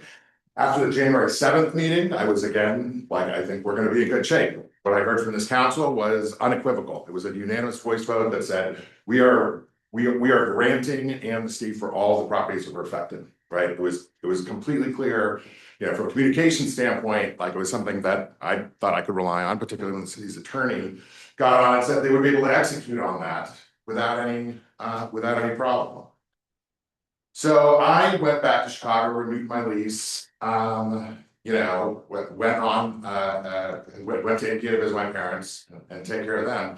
When I got back, I found out it had not been resolved. And so then when I had assumed reading the ordinance that the extraordinary circumstances determination would be for exactly a situation like mine, wrote a letter, as 7 independent issues that are overlapping that created the lapse of the license. And, to this point of sort of clerical errors, if you'll look at what I got was a 9-page letter from the city's attorneys, along with 56 exhibits. That was a pretty firm, and I say this as a managing partner of a law firm who's worked in the legal industry for 30 years. Like, I know what those letters mean, right? And so to the point of like clerical errors, like right here, you'll see there's a clerical error. St. Joseph is misspelled. It's just one keystroke, right? But no one would suggest that the city's attorney, that Mr. Whitty's agent, Brian Fox, should lose his job over it. And nobody would suggest that Mr. Whitty should lose his license over it. It's just a small clerical error. But the city's reaction to this, and I'll go through the rest of this, but in the last 2 minutes, what I'll say, this is just a question of proportionality and fundamental justice. Like, there were 5 properties that were granted amnesty. There's been no explanation as to what changed between the January 7th workshop and the February 5th vote on like why all of a sudden license expiration became an issue. With the specific thing being that the preamble of the ordinance says it's that it's been designed for licenses that have lapsed. And so the irony is the preamble says it's for licenses that have lapsed, but all the people who got the amnesty, none of their licenses had lapsed. Like, there's a difference between what the requirements are in the ordinance and what the preamble of the ordinance says, and what the intention of what this council said. So I'm not saying you have to vote for my license or not. What I'm saying, it is incumbent on this council to state clearly for the record what changed between those 2 periods of time and why license expiration, which is identified as being the fundamental problem. The original sin of this whole thing was the date of the license expiration. Why is that expiration now being used as a justification for solely carving out my property? And so there needs to be an explanation. Why am I being treated differently? Like, why is that different? A randomly assigned date from the city. I didn't pick the date. The city picked the date on which they issued the license, which they issued the license, by the way, to the wrong people, which I also never received. And so this is what I told Scott. This is not a good situation for me to be coming up here regularly arguing about like documentary deficiencies in the record, which have not been contested by the city's attorney and they've not been contested by the city. The city's records were inaccurate, right? That led directly to me not being able to renew my license. All of that is uncontested. And so what I would say is that the right thing to do here is to obviously restate the license. But at a minimum, if that's not going to happen, provide the explanation for why the city and its rationale decided to go from amnesty for everyone to amnesty for 5. And what was the rationale for which I was specifically left out? Thank you. Jake, do you want to weigh in on since how we came to this conclusion? I mean, I will say, again, the discussion at both the January workshop and again in February was focused on addressing the confusion people had between the renewal deadline and the license expiration deadline. And that was really what we were solving for. And so I think the short answer to what was different here is that the renewal application didn't come in until after the license had expired. Right. And so this is, now we're turning this to council, and if we have questions for you, we'll direct it, but this is for council to discuss without you participating unless we ask you questions. So you can sit down if you'd like. Jake? Yeah, my recollection is totally consistent with how you're characterizing it. It was the problem that staff identified was that the renewal deadline was getting missed, and part of that was the way the ordinance was structured, that it was due a month before the license expired, but was not necessarily issued on the expiration date, which caused a renewal deadline that would change over the years, and it wasn't stated on, the actual license that you received, which would state the expiration date. And so the rationale was that if the late application was due to a misunderstanding of the renewal deadline, meaning the application was submitted after the renewal deadline, but before the application or the license itself expired, that was why we were extending grace to those applicants. Lauren? Yeah, I mean, I know it's gone back and forth and there was a lot of different things going on, but it comes down, it was a clerical error. I mean, it just was. That's all there seems to be, that it was just a simple clerical error of it being January instead of the June. And I just feel like we just have to make a decision on if we want to give amnesty for a clerical error that clearly happened. I think that's all we have to solve for. If I could ask to make my comments, then I'll need to excuse myself. I want to thank Rakesh and Kevin for all the diligent work they've done on this. It's overwhelming with the amount of information. I appreciate Councilmember Stanton's direct point here is it was a clerical error. And I think the city, in my opinion, needs to take responsibility and make this right. To me, I agree. It's straightforward. And Rakesh has given us a lot of information to be able to make that happen from an ordinance standpoint. So I want to appreciate that effort. To me, it's the right thing would be to make this right for the property owner. My concern would be, does this open up for any other concerns or questions that other property owners may have? I think about the folks up on Mason Street, the Agnews, I think, if I remember their name right. This could potentially be something they could bring back to the city for this situation if we move forward with this. That's my only concern. Let them. I mean, let them. Yeah.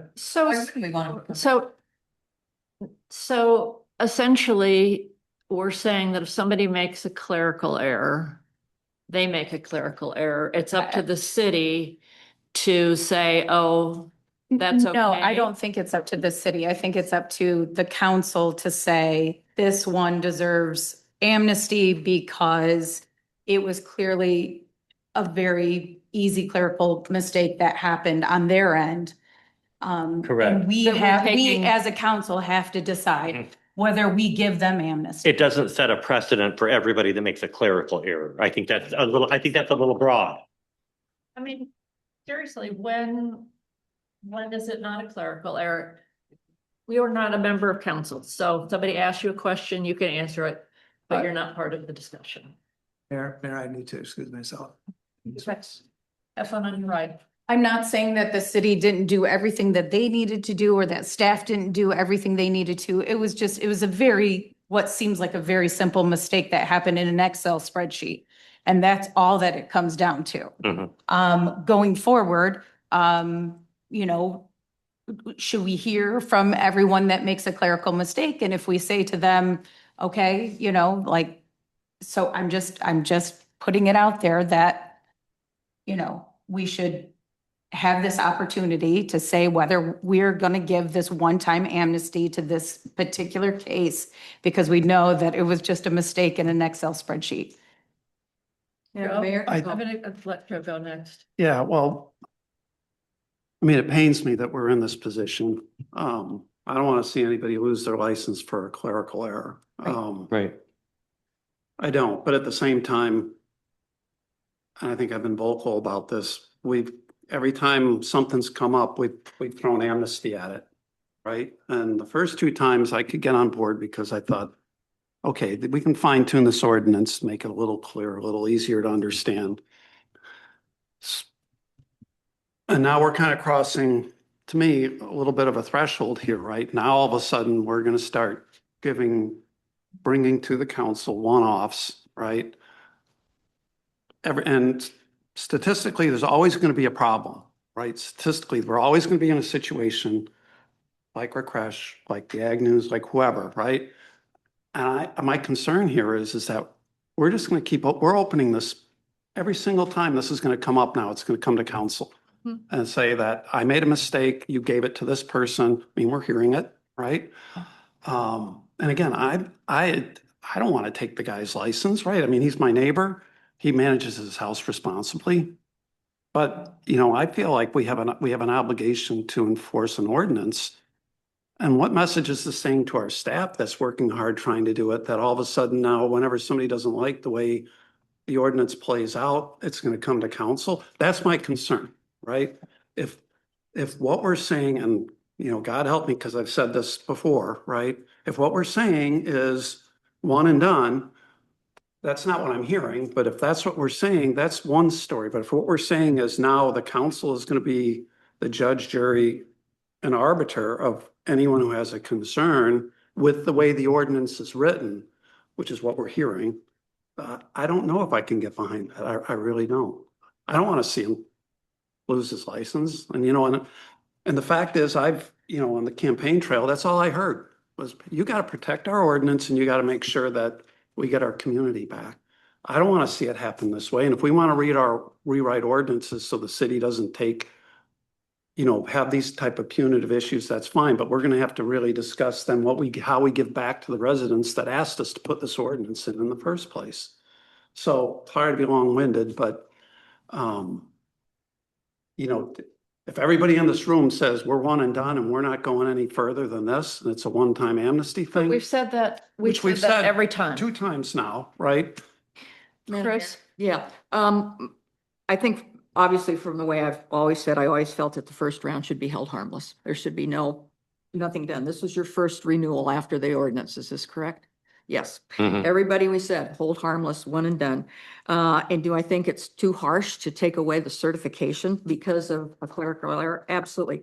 Should it come before us every single time? Absolutely, because we did not approve an appeal process. We are the appeal process. So it does need to come before us each and every time. That's our responsibility as a city council. There was a clerical error, and if 20 more come in, but they've already had their license before it's their second round and they blow it. But I've always held the first round, the first time, it's hold harmless because it's so complicated. And I thank you for pointing all that out. I agree.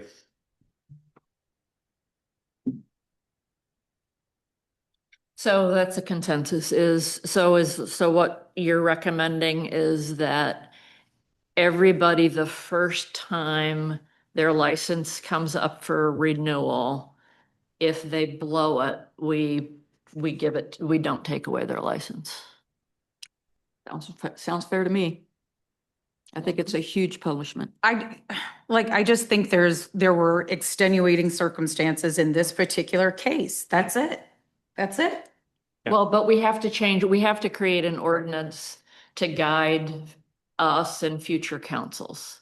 And so, because we can't give him his license without changing the ordinance. How did we do it in the last ones? We had changed the ordinance. Okay. Right. Staff can't. Gotcha. Not follow the ordinance. So the proposal that he put out about how to change the ordinance, would that fix it? We have Jay can speak to his concerns with that language and as it's written, and so.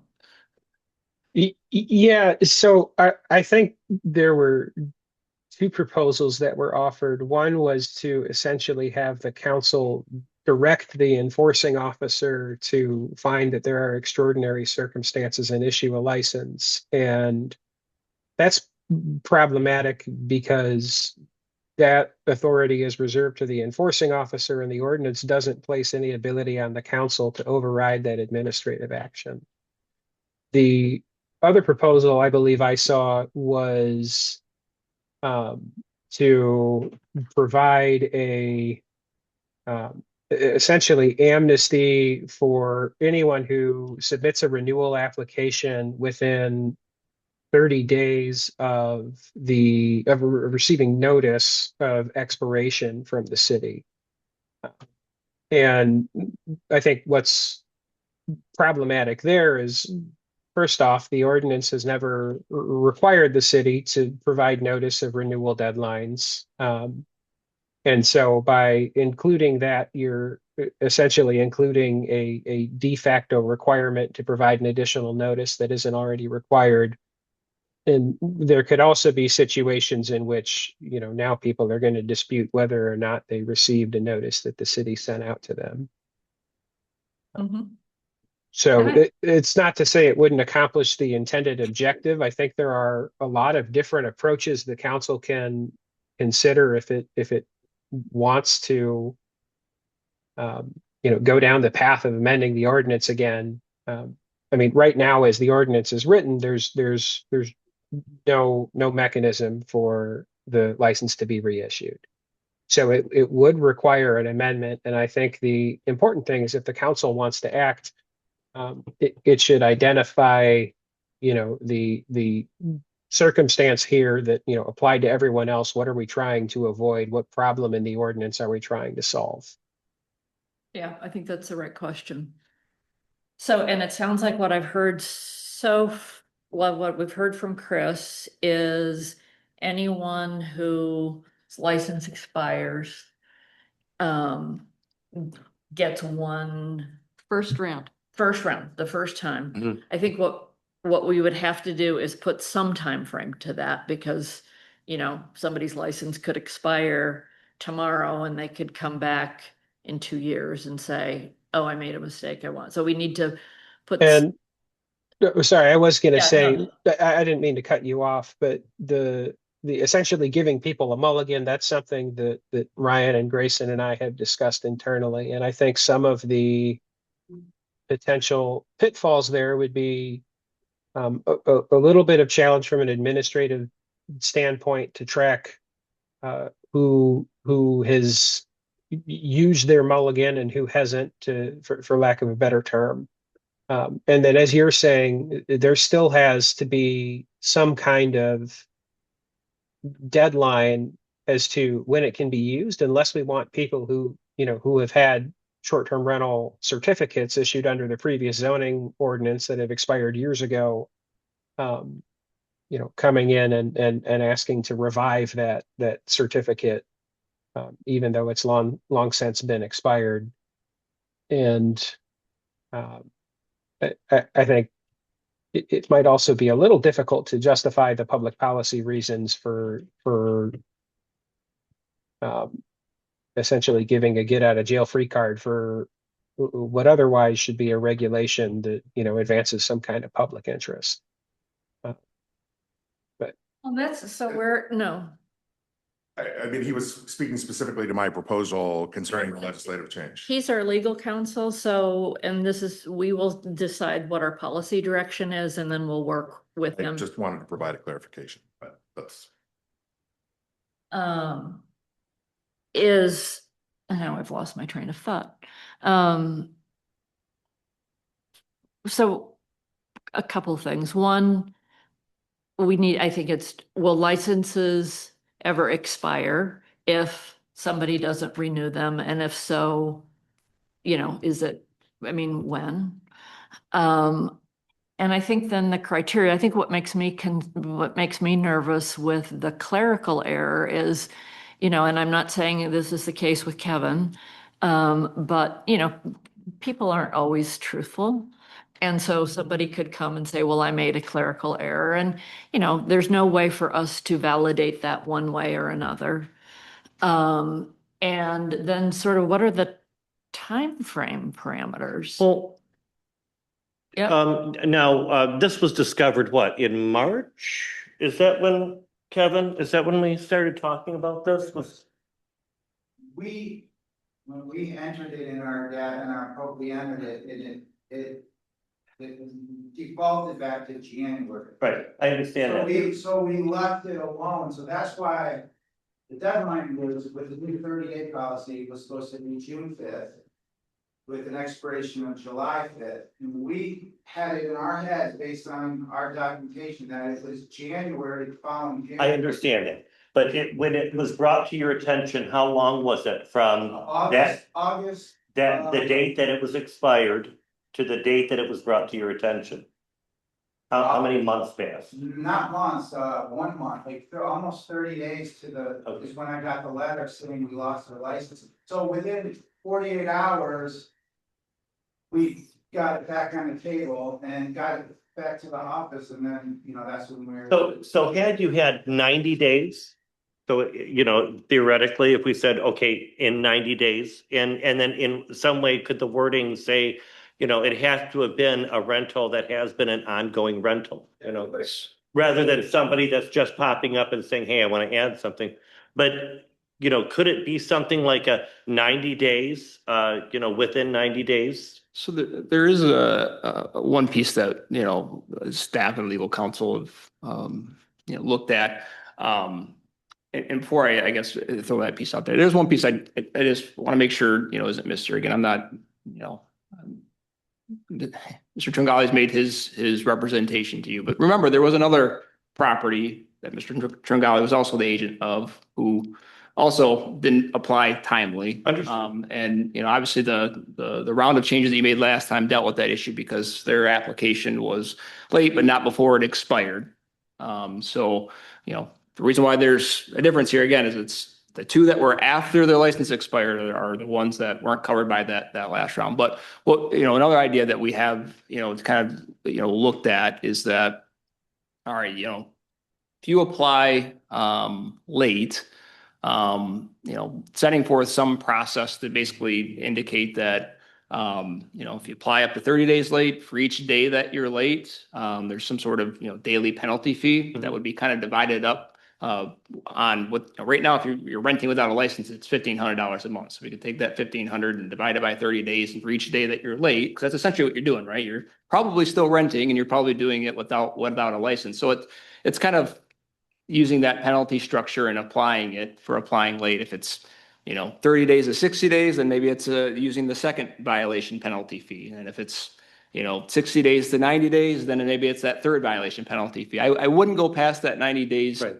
And my thoughts with that, were that then you start to get beyond kind of the reasoning why you wanted to have annual licensing and keeping everybody on that rotation. And that was a, significant recommendation from the fire department to switch from 3 years to 1 year. And so you don't want to dilute that requirement. But that essentially there would be a mechanism to say, you can, if you applied late, there's still a penalty fee that kind of aligns with our current ordinance penalties that are in place, but no more than 90 days. So that is something that we have discussed as an option. In this case with Mr. Madaba, he would, pay a penalty fee for each day that the application was late, but still could, be allowed to renew, assuming you met the other requirements. Could there just be, is there something through Granicus that could be like, okay, the minute you have not done this on time, you get notified, and then you have to say, okay, do you want this license or don't you? And then make it so, okay, you are now late, here's your penalty, and then move forward. I'm just trying to make it simplified so people get a notification that you have expired and we want to warn you about it. Do you want this license or don't you? Bingo. That's always been our weak. And that's it. And to That's make just- sure we there's just have to tie that part up. and not just send an email, but follow up to make sure there's an actual contact. And I'm not saying I want to put the burden on staff, so that's why I'm offering like a Granicus or Right. something of those. So the burden, I appreciate that. So the burden will be on all of the other short-term rental because we build all these fees into our license fees. Our license fees are what, $525 now? So, and just all of this is jacking up everybody's fee because we keep revisiting this, incurring, so.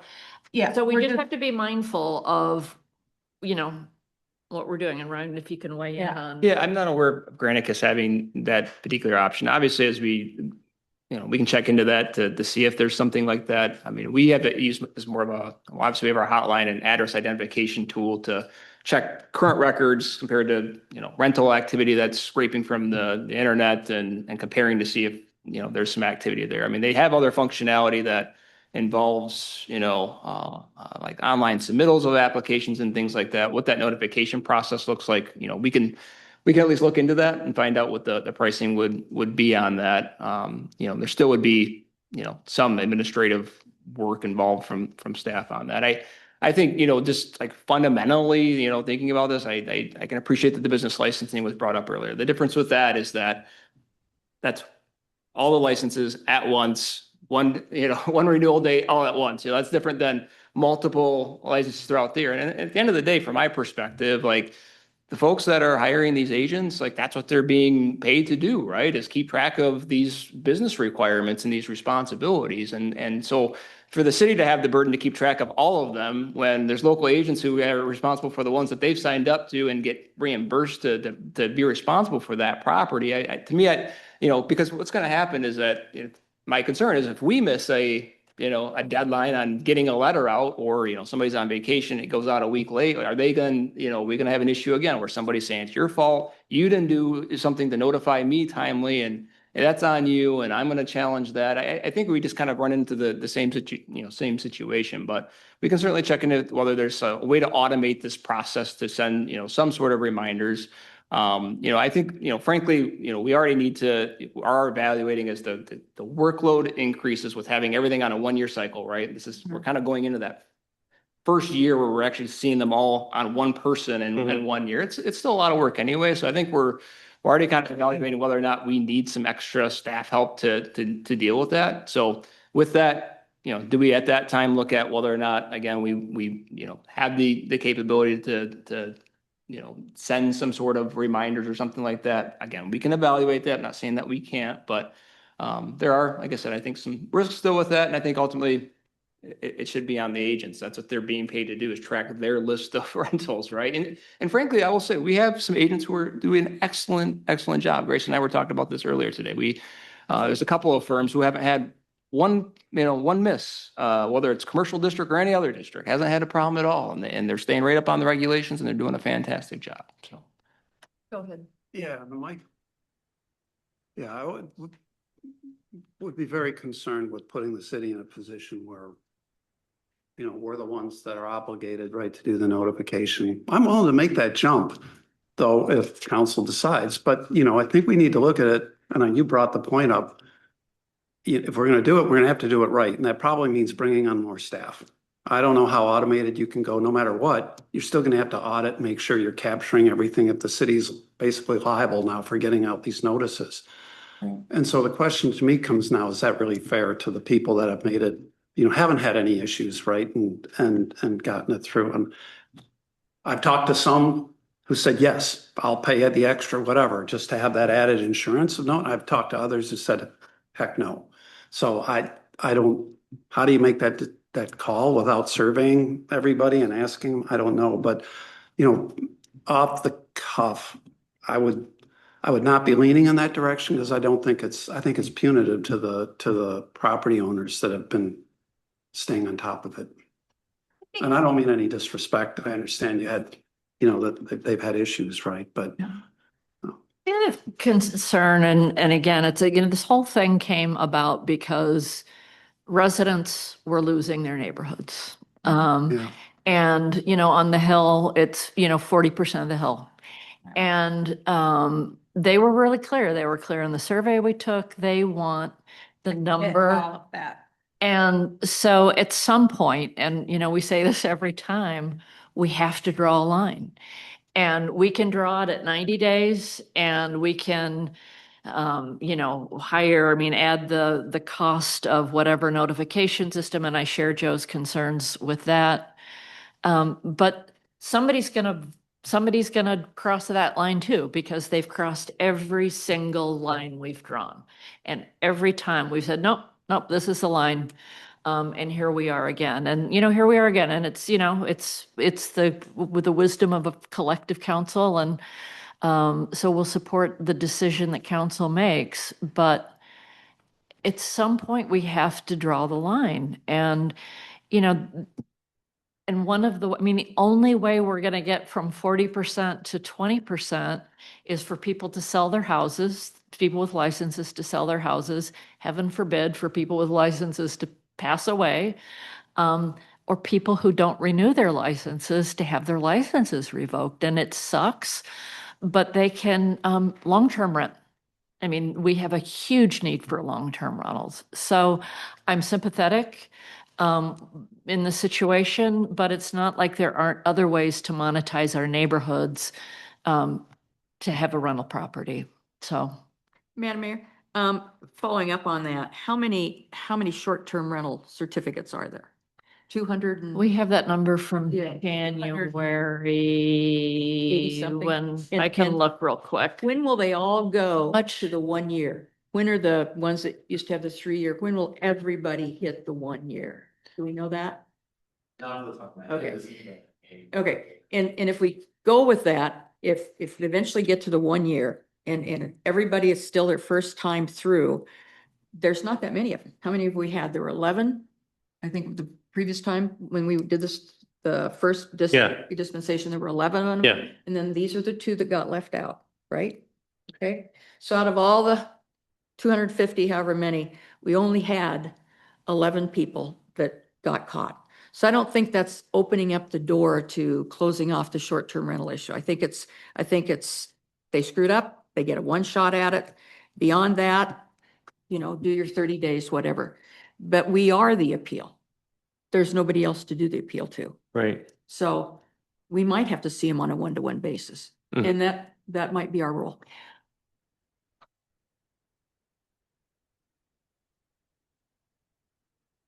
So the direction to staff is, because I'm assuming that Russ is aligned with changing, is to ask staff and legal to provide a recommendation for a grace period. I think it would be after a license expires, and it sounds like maybe 90 days, where there would be, I think, a really hefty fee. Sure. Penalty for doing that. I had mentioned that earlier on, that idea. And then wait for council to review. Is that, what am I missing? I guess I would question the wisdom of going as far as 90 days would be my only thing, right? I mean, I understand where this is leaning and I understand everybody's point of view and I respect that, but I guess to 90 me, days. where does 90 days come from? Because 30 days almost seems more reasonable to me, especially given the dependencies on all the inspections and everything, and we don't want those to lapse for public safety reasons and what have you. So why would we not just say, okay, let's give a 30-day grace period with a pretty healthy fine, still no obligation on the city to do the notification. If you can't figure it out in 30 days, I think you figured it out in less than 30 days, right? Yeah, so that would cover it. Now, that's what I had mentioned earlier on when we were going through short-term rentals. I had asked for something like a 30-day grace period, if you remember. And then we did the 5-day based on. Oh, yeah, right, but a 30-day. Inspections and everything. Right, a 30-day grace period, and I also mentioned having fines as well. Well, but just to be clear, so the grace period originally was for missing the application deadline, not the expiration deadline. So, Right. And the reason why we did the 5 days was that let staff get all of those inspections done. So in this case, there is going to be a window where people won't have their inspections done. And so I think Joe makes good sense that having that be 30 days. Yeah, because that then becomes a safety risk for our tourists. What do you think, Chris? I just appreciate the conversations we're having here. I'm liking the fact that there's a feeling that sometimes when people screw up, it just shouldn't be so harsh. You know, it's not that I support giving up the caps or anything like that. I just think that many times you have somebody who's been a good a good certificate person, kept their rental up, and now suddenly it's just gone. And I'd be okay with 30 days. I think staff would have a better idea of that because they would know what would overlap with the investigations. Rakesh, can you move so Grace can speak? Just want to just make two quick notes. And just one quick one is that this will exclude still the Agnews, which would be the only license left on that list. And I would presume that they will also try to come and make a case as well. And the second is that 30 days, 90 days, either way, I do know, and I understand that this is clerical, but I do know that they only met that 30-day requirement because Ryan had pulled the data and notified them. They weren't able, they didn't catch it and they wouldn't have applied until closer to January. How many inactives are there? How many, I'm sorry. You said inactives. Those are certificates that people have held and now have not renewed. Is that what inactives are? I think he did the Ag News was the. Yeah, the Agnews. Yeah, the last name of the. 580 Mason. Yep, sorry. The ag, I thought he said. Yeah, and actually that, I mean, we need to have a really intentional conversation about this that will be captured on video. Whether, I mean, so if we, so the Agnews could, and they were more than 3 months. I think they were late. between 60 and 90. I think it was near 170 days. It wasn't. I think it was 172. So, and they, you know, I do think it's likely that they're going to come and say, well, you made a special deal for Rakesh. And I do know that they have been able to long-term rent that property. I've been in communication with them regarding that, so I do know that that was viable. I want to be clear that I don't feel like we're doing this just to accommodate Rakesh. I think we're looking at the ordinance overall and trying to figure out how to make it better. So I agree. I agree. I think that as a talk, Oh, come on, Joe. well, he's certainly the catalyst. I agree, You Joe. don't argue that. I agree. I don't think we're doing it just for this one. I agreed, Of course, we're whether, doing it for this. whether it's an one. expiration or renewal, I think both of them should be 30 days. My point is I'm seeking compromise with my council members so that we don't get back here. I think 30 days is reasonable. So when the Agnews come to us, what are we going to do? Lauren and Gregory and Chris? Let's see if they come to us and we'll find out. Right. We'll I- cross that road we when we don't- get to We it. don't need to make this shut door. I know how you feel about short-term rentals. No, I know, but Sorry. so I'm also thinking of the staff time, legal time of going through this over and over and over again. If we're gonna, It was 11 people out of hundreds. Yeah. no, 11 people out of hundreds. I got it, Chris. But if we are going to give the Agnews, it would get to the point where we say, okay, well, we'll give them theirs, then let's do it now. Because it costs the city, our taxpayers, or actually our short-term rental owners, license holders, a lot of money for us to keep engaging legal counsels, staff time to revisit short-term rentals. We've done it, I don't know, 4 times this year. I know, but it was a very complicated Right. ordinance that It- we Yeah. spent a lot of time if trying I to put can- together. If I Yeah. can weigh in here, one thing that I would, I guess, offer to the council is if there's an appetite to tackle these situations on a case by case basis and make, individual accommodations, a series of legislative enactments is not the best way to do that. I mean, we've had conversations on more than one occasion about, does the council want to start hearing appeals? Do we want to just build in a process so that when this does happen, it can come to you guys, and without amending the ordinance, you can make a discretionary decision and, reissue a license that would otherwise be expired or terminated or voided. And that's come up a couple times now because we've amended the ordinance a few times based on, complaints from license holders, and the council has saw fit to address those. But I really do think if the intent is we're going to, be intentional about individually addressing problems with license holders based on whatever their special circumstances are. I mean, there's a framework that you can just build that into the ordinance, and if that's what the council wants to spend its time doing is hearing appeals from licensing decisions. We can make a framework to do that. It's going to be an administrative burden and it's going to take up your time.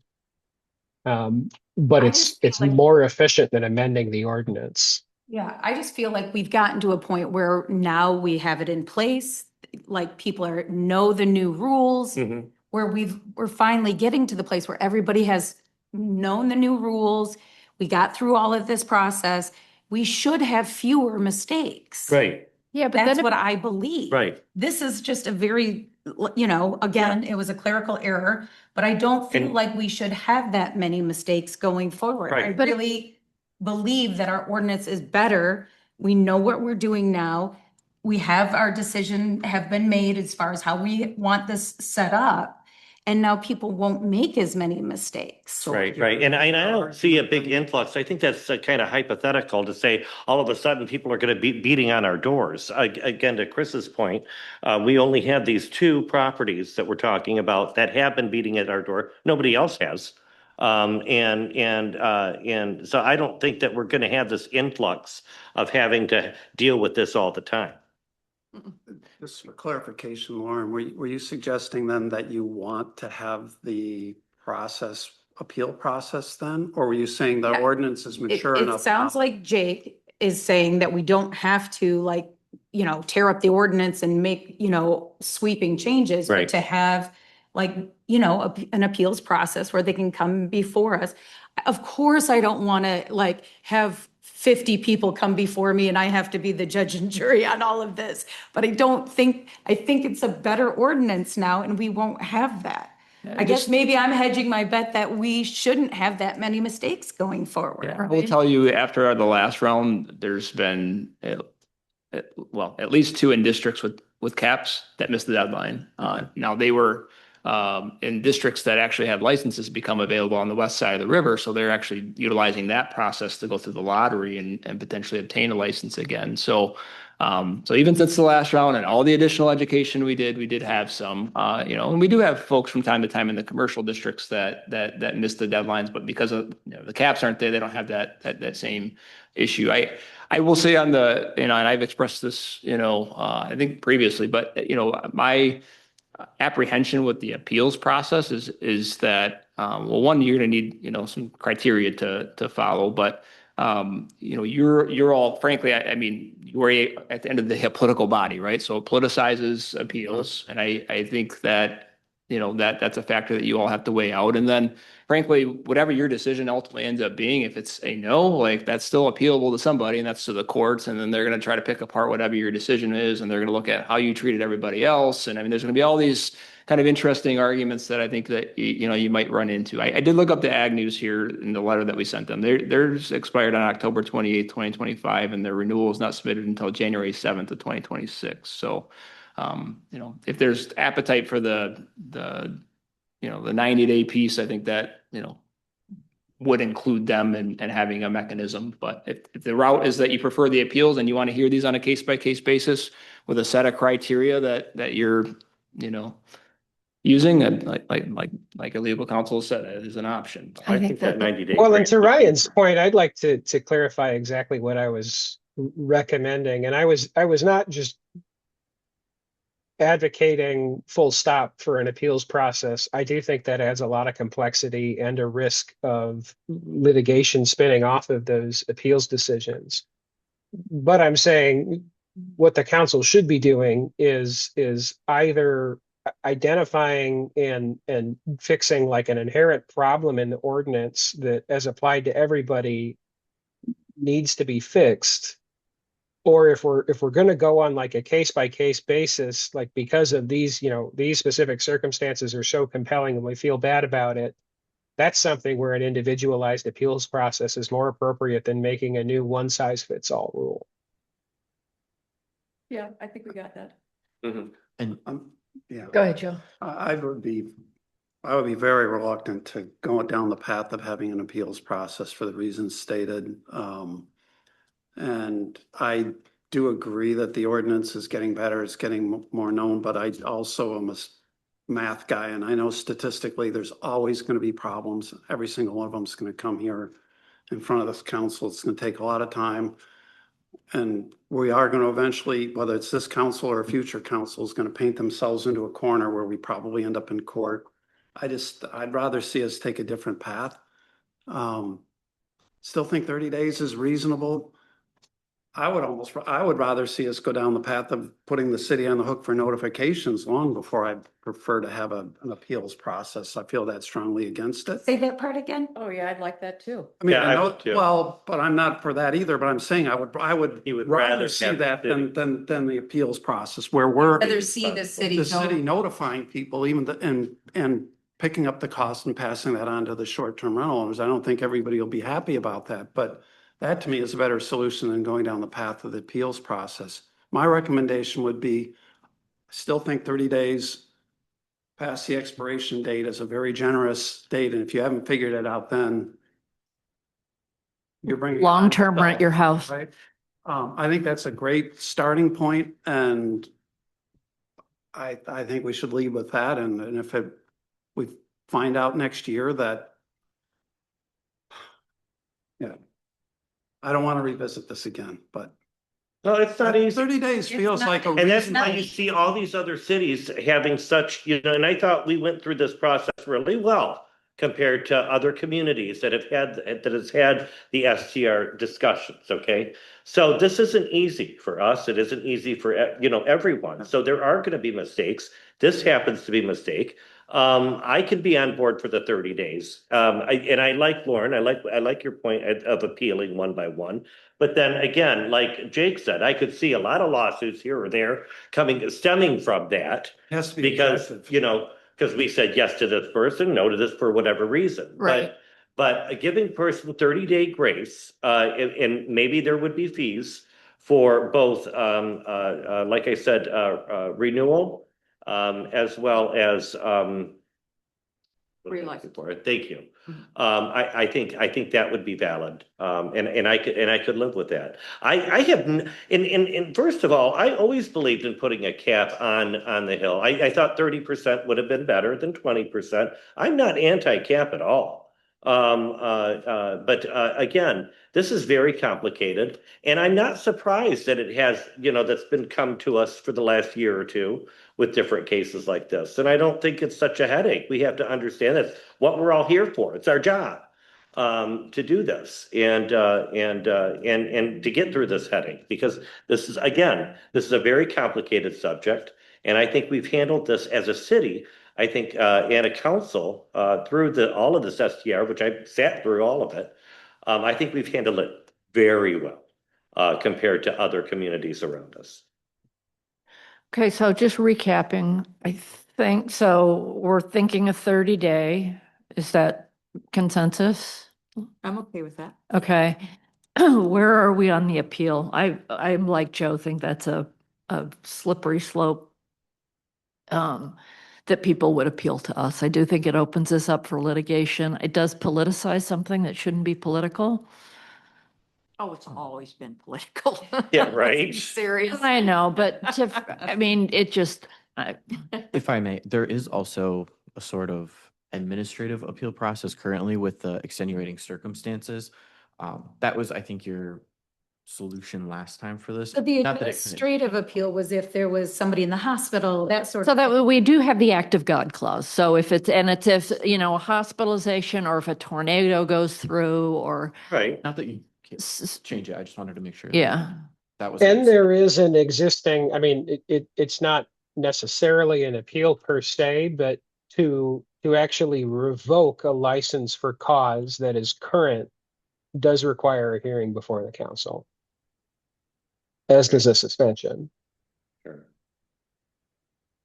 All right. Chris, so could you say, so there's a difference between revoking as opposed to somebody missing the thing. So if we revoke their license, they can come to us, but if they miss the deadline, they can't come to us. Is that what you're saying? Correct. That's how the ordinance is written, yes. Okay. It's just expired at that point. Yep. Okay, so Jake, do you have what you need? I think so. Yeah. Any idea? All right. So, great. So this is a workshop. We've provided direction. We haven't voted on anything. There is consensus. No one should go, Right. make important decisions until we actually pass something. Correct. Because we have not passed anything. Correct. Okay, But don't accept any reservations. right. Right. Or advertise. Or advertise Or or. advertise or put anything on Facebook about it because it's not in stone. We've had a discussion and we will come back and Right. deliberate on We've seen that happen. proposed before. ordinances. Okay. Anything else before we move on? I think this was a good discussion. I do have to be excused though. I'm late for a 6 o'clock meeting. All right. Well, given that we're down to should we do the, Wait, what? You still have a quorum. no, I know. I was just asking you though for the priorities review. Do you want? Yeah, I would. You want to continue that? Okay. Yeah. All right. So yeah, So this last agenda item is more of a kind of our quarterly review of your priorities. In this case, we're kicking off the new fiscal year's priorities. So you all, as you know, spent a lot of time discussing and reviewing these back in January and February and ultimately approving them. We've already working on several of them and others we've actually talked about kicking off today, including the interior restrooms at Wicks and Village Square. Even the AEDs, the Heart Safe folks came forward recently with, they were able to get the funds together to purchase 10. They're working with Public Works on locations and logistics and finalizing those pieces before we ultimately bring that forth to you to review. But so point being, a lot of these things we're already working on, but I know you all wanted an opportunity each quarter to review where you're at. And then in this case, I don't have a huge update other than we're kicking off the new year and Looks good. I look at all the work and just amazing what you guys do. well, we all have our roles, right? We're all a team. So you have your roles, we have ours. Yep. Yeah, I mean, you've certainly nailed the priorities, in terms of everything that you've heard from our workshop when we got together off site and, you and the staff have been executing, flawlessly, in my opinion, right, on those priorities. And so, we certainly appreciate everything that you and the staff have done to date. And we're looking forward to, even as evidence tonight, on these big projects, obviously we're making good progress there. We got traction. You got a path forward. We're making decisions. It's really good to see and appreciate all that. Thank you. Ryan, how, realistic, where is your heartburn level as you look at this, looking ahead for the next 12 months? And are there areas that you think, we should put an asterisk that this might not be doable? Yeah, there's a few that I'm starting to see, like, we'll see kind of what happens, whether or not we'll be able to begin that work on the bald head steps, or at least starting that,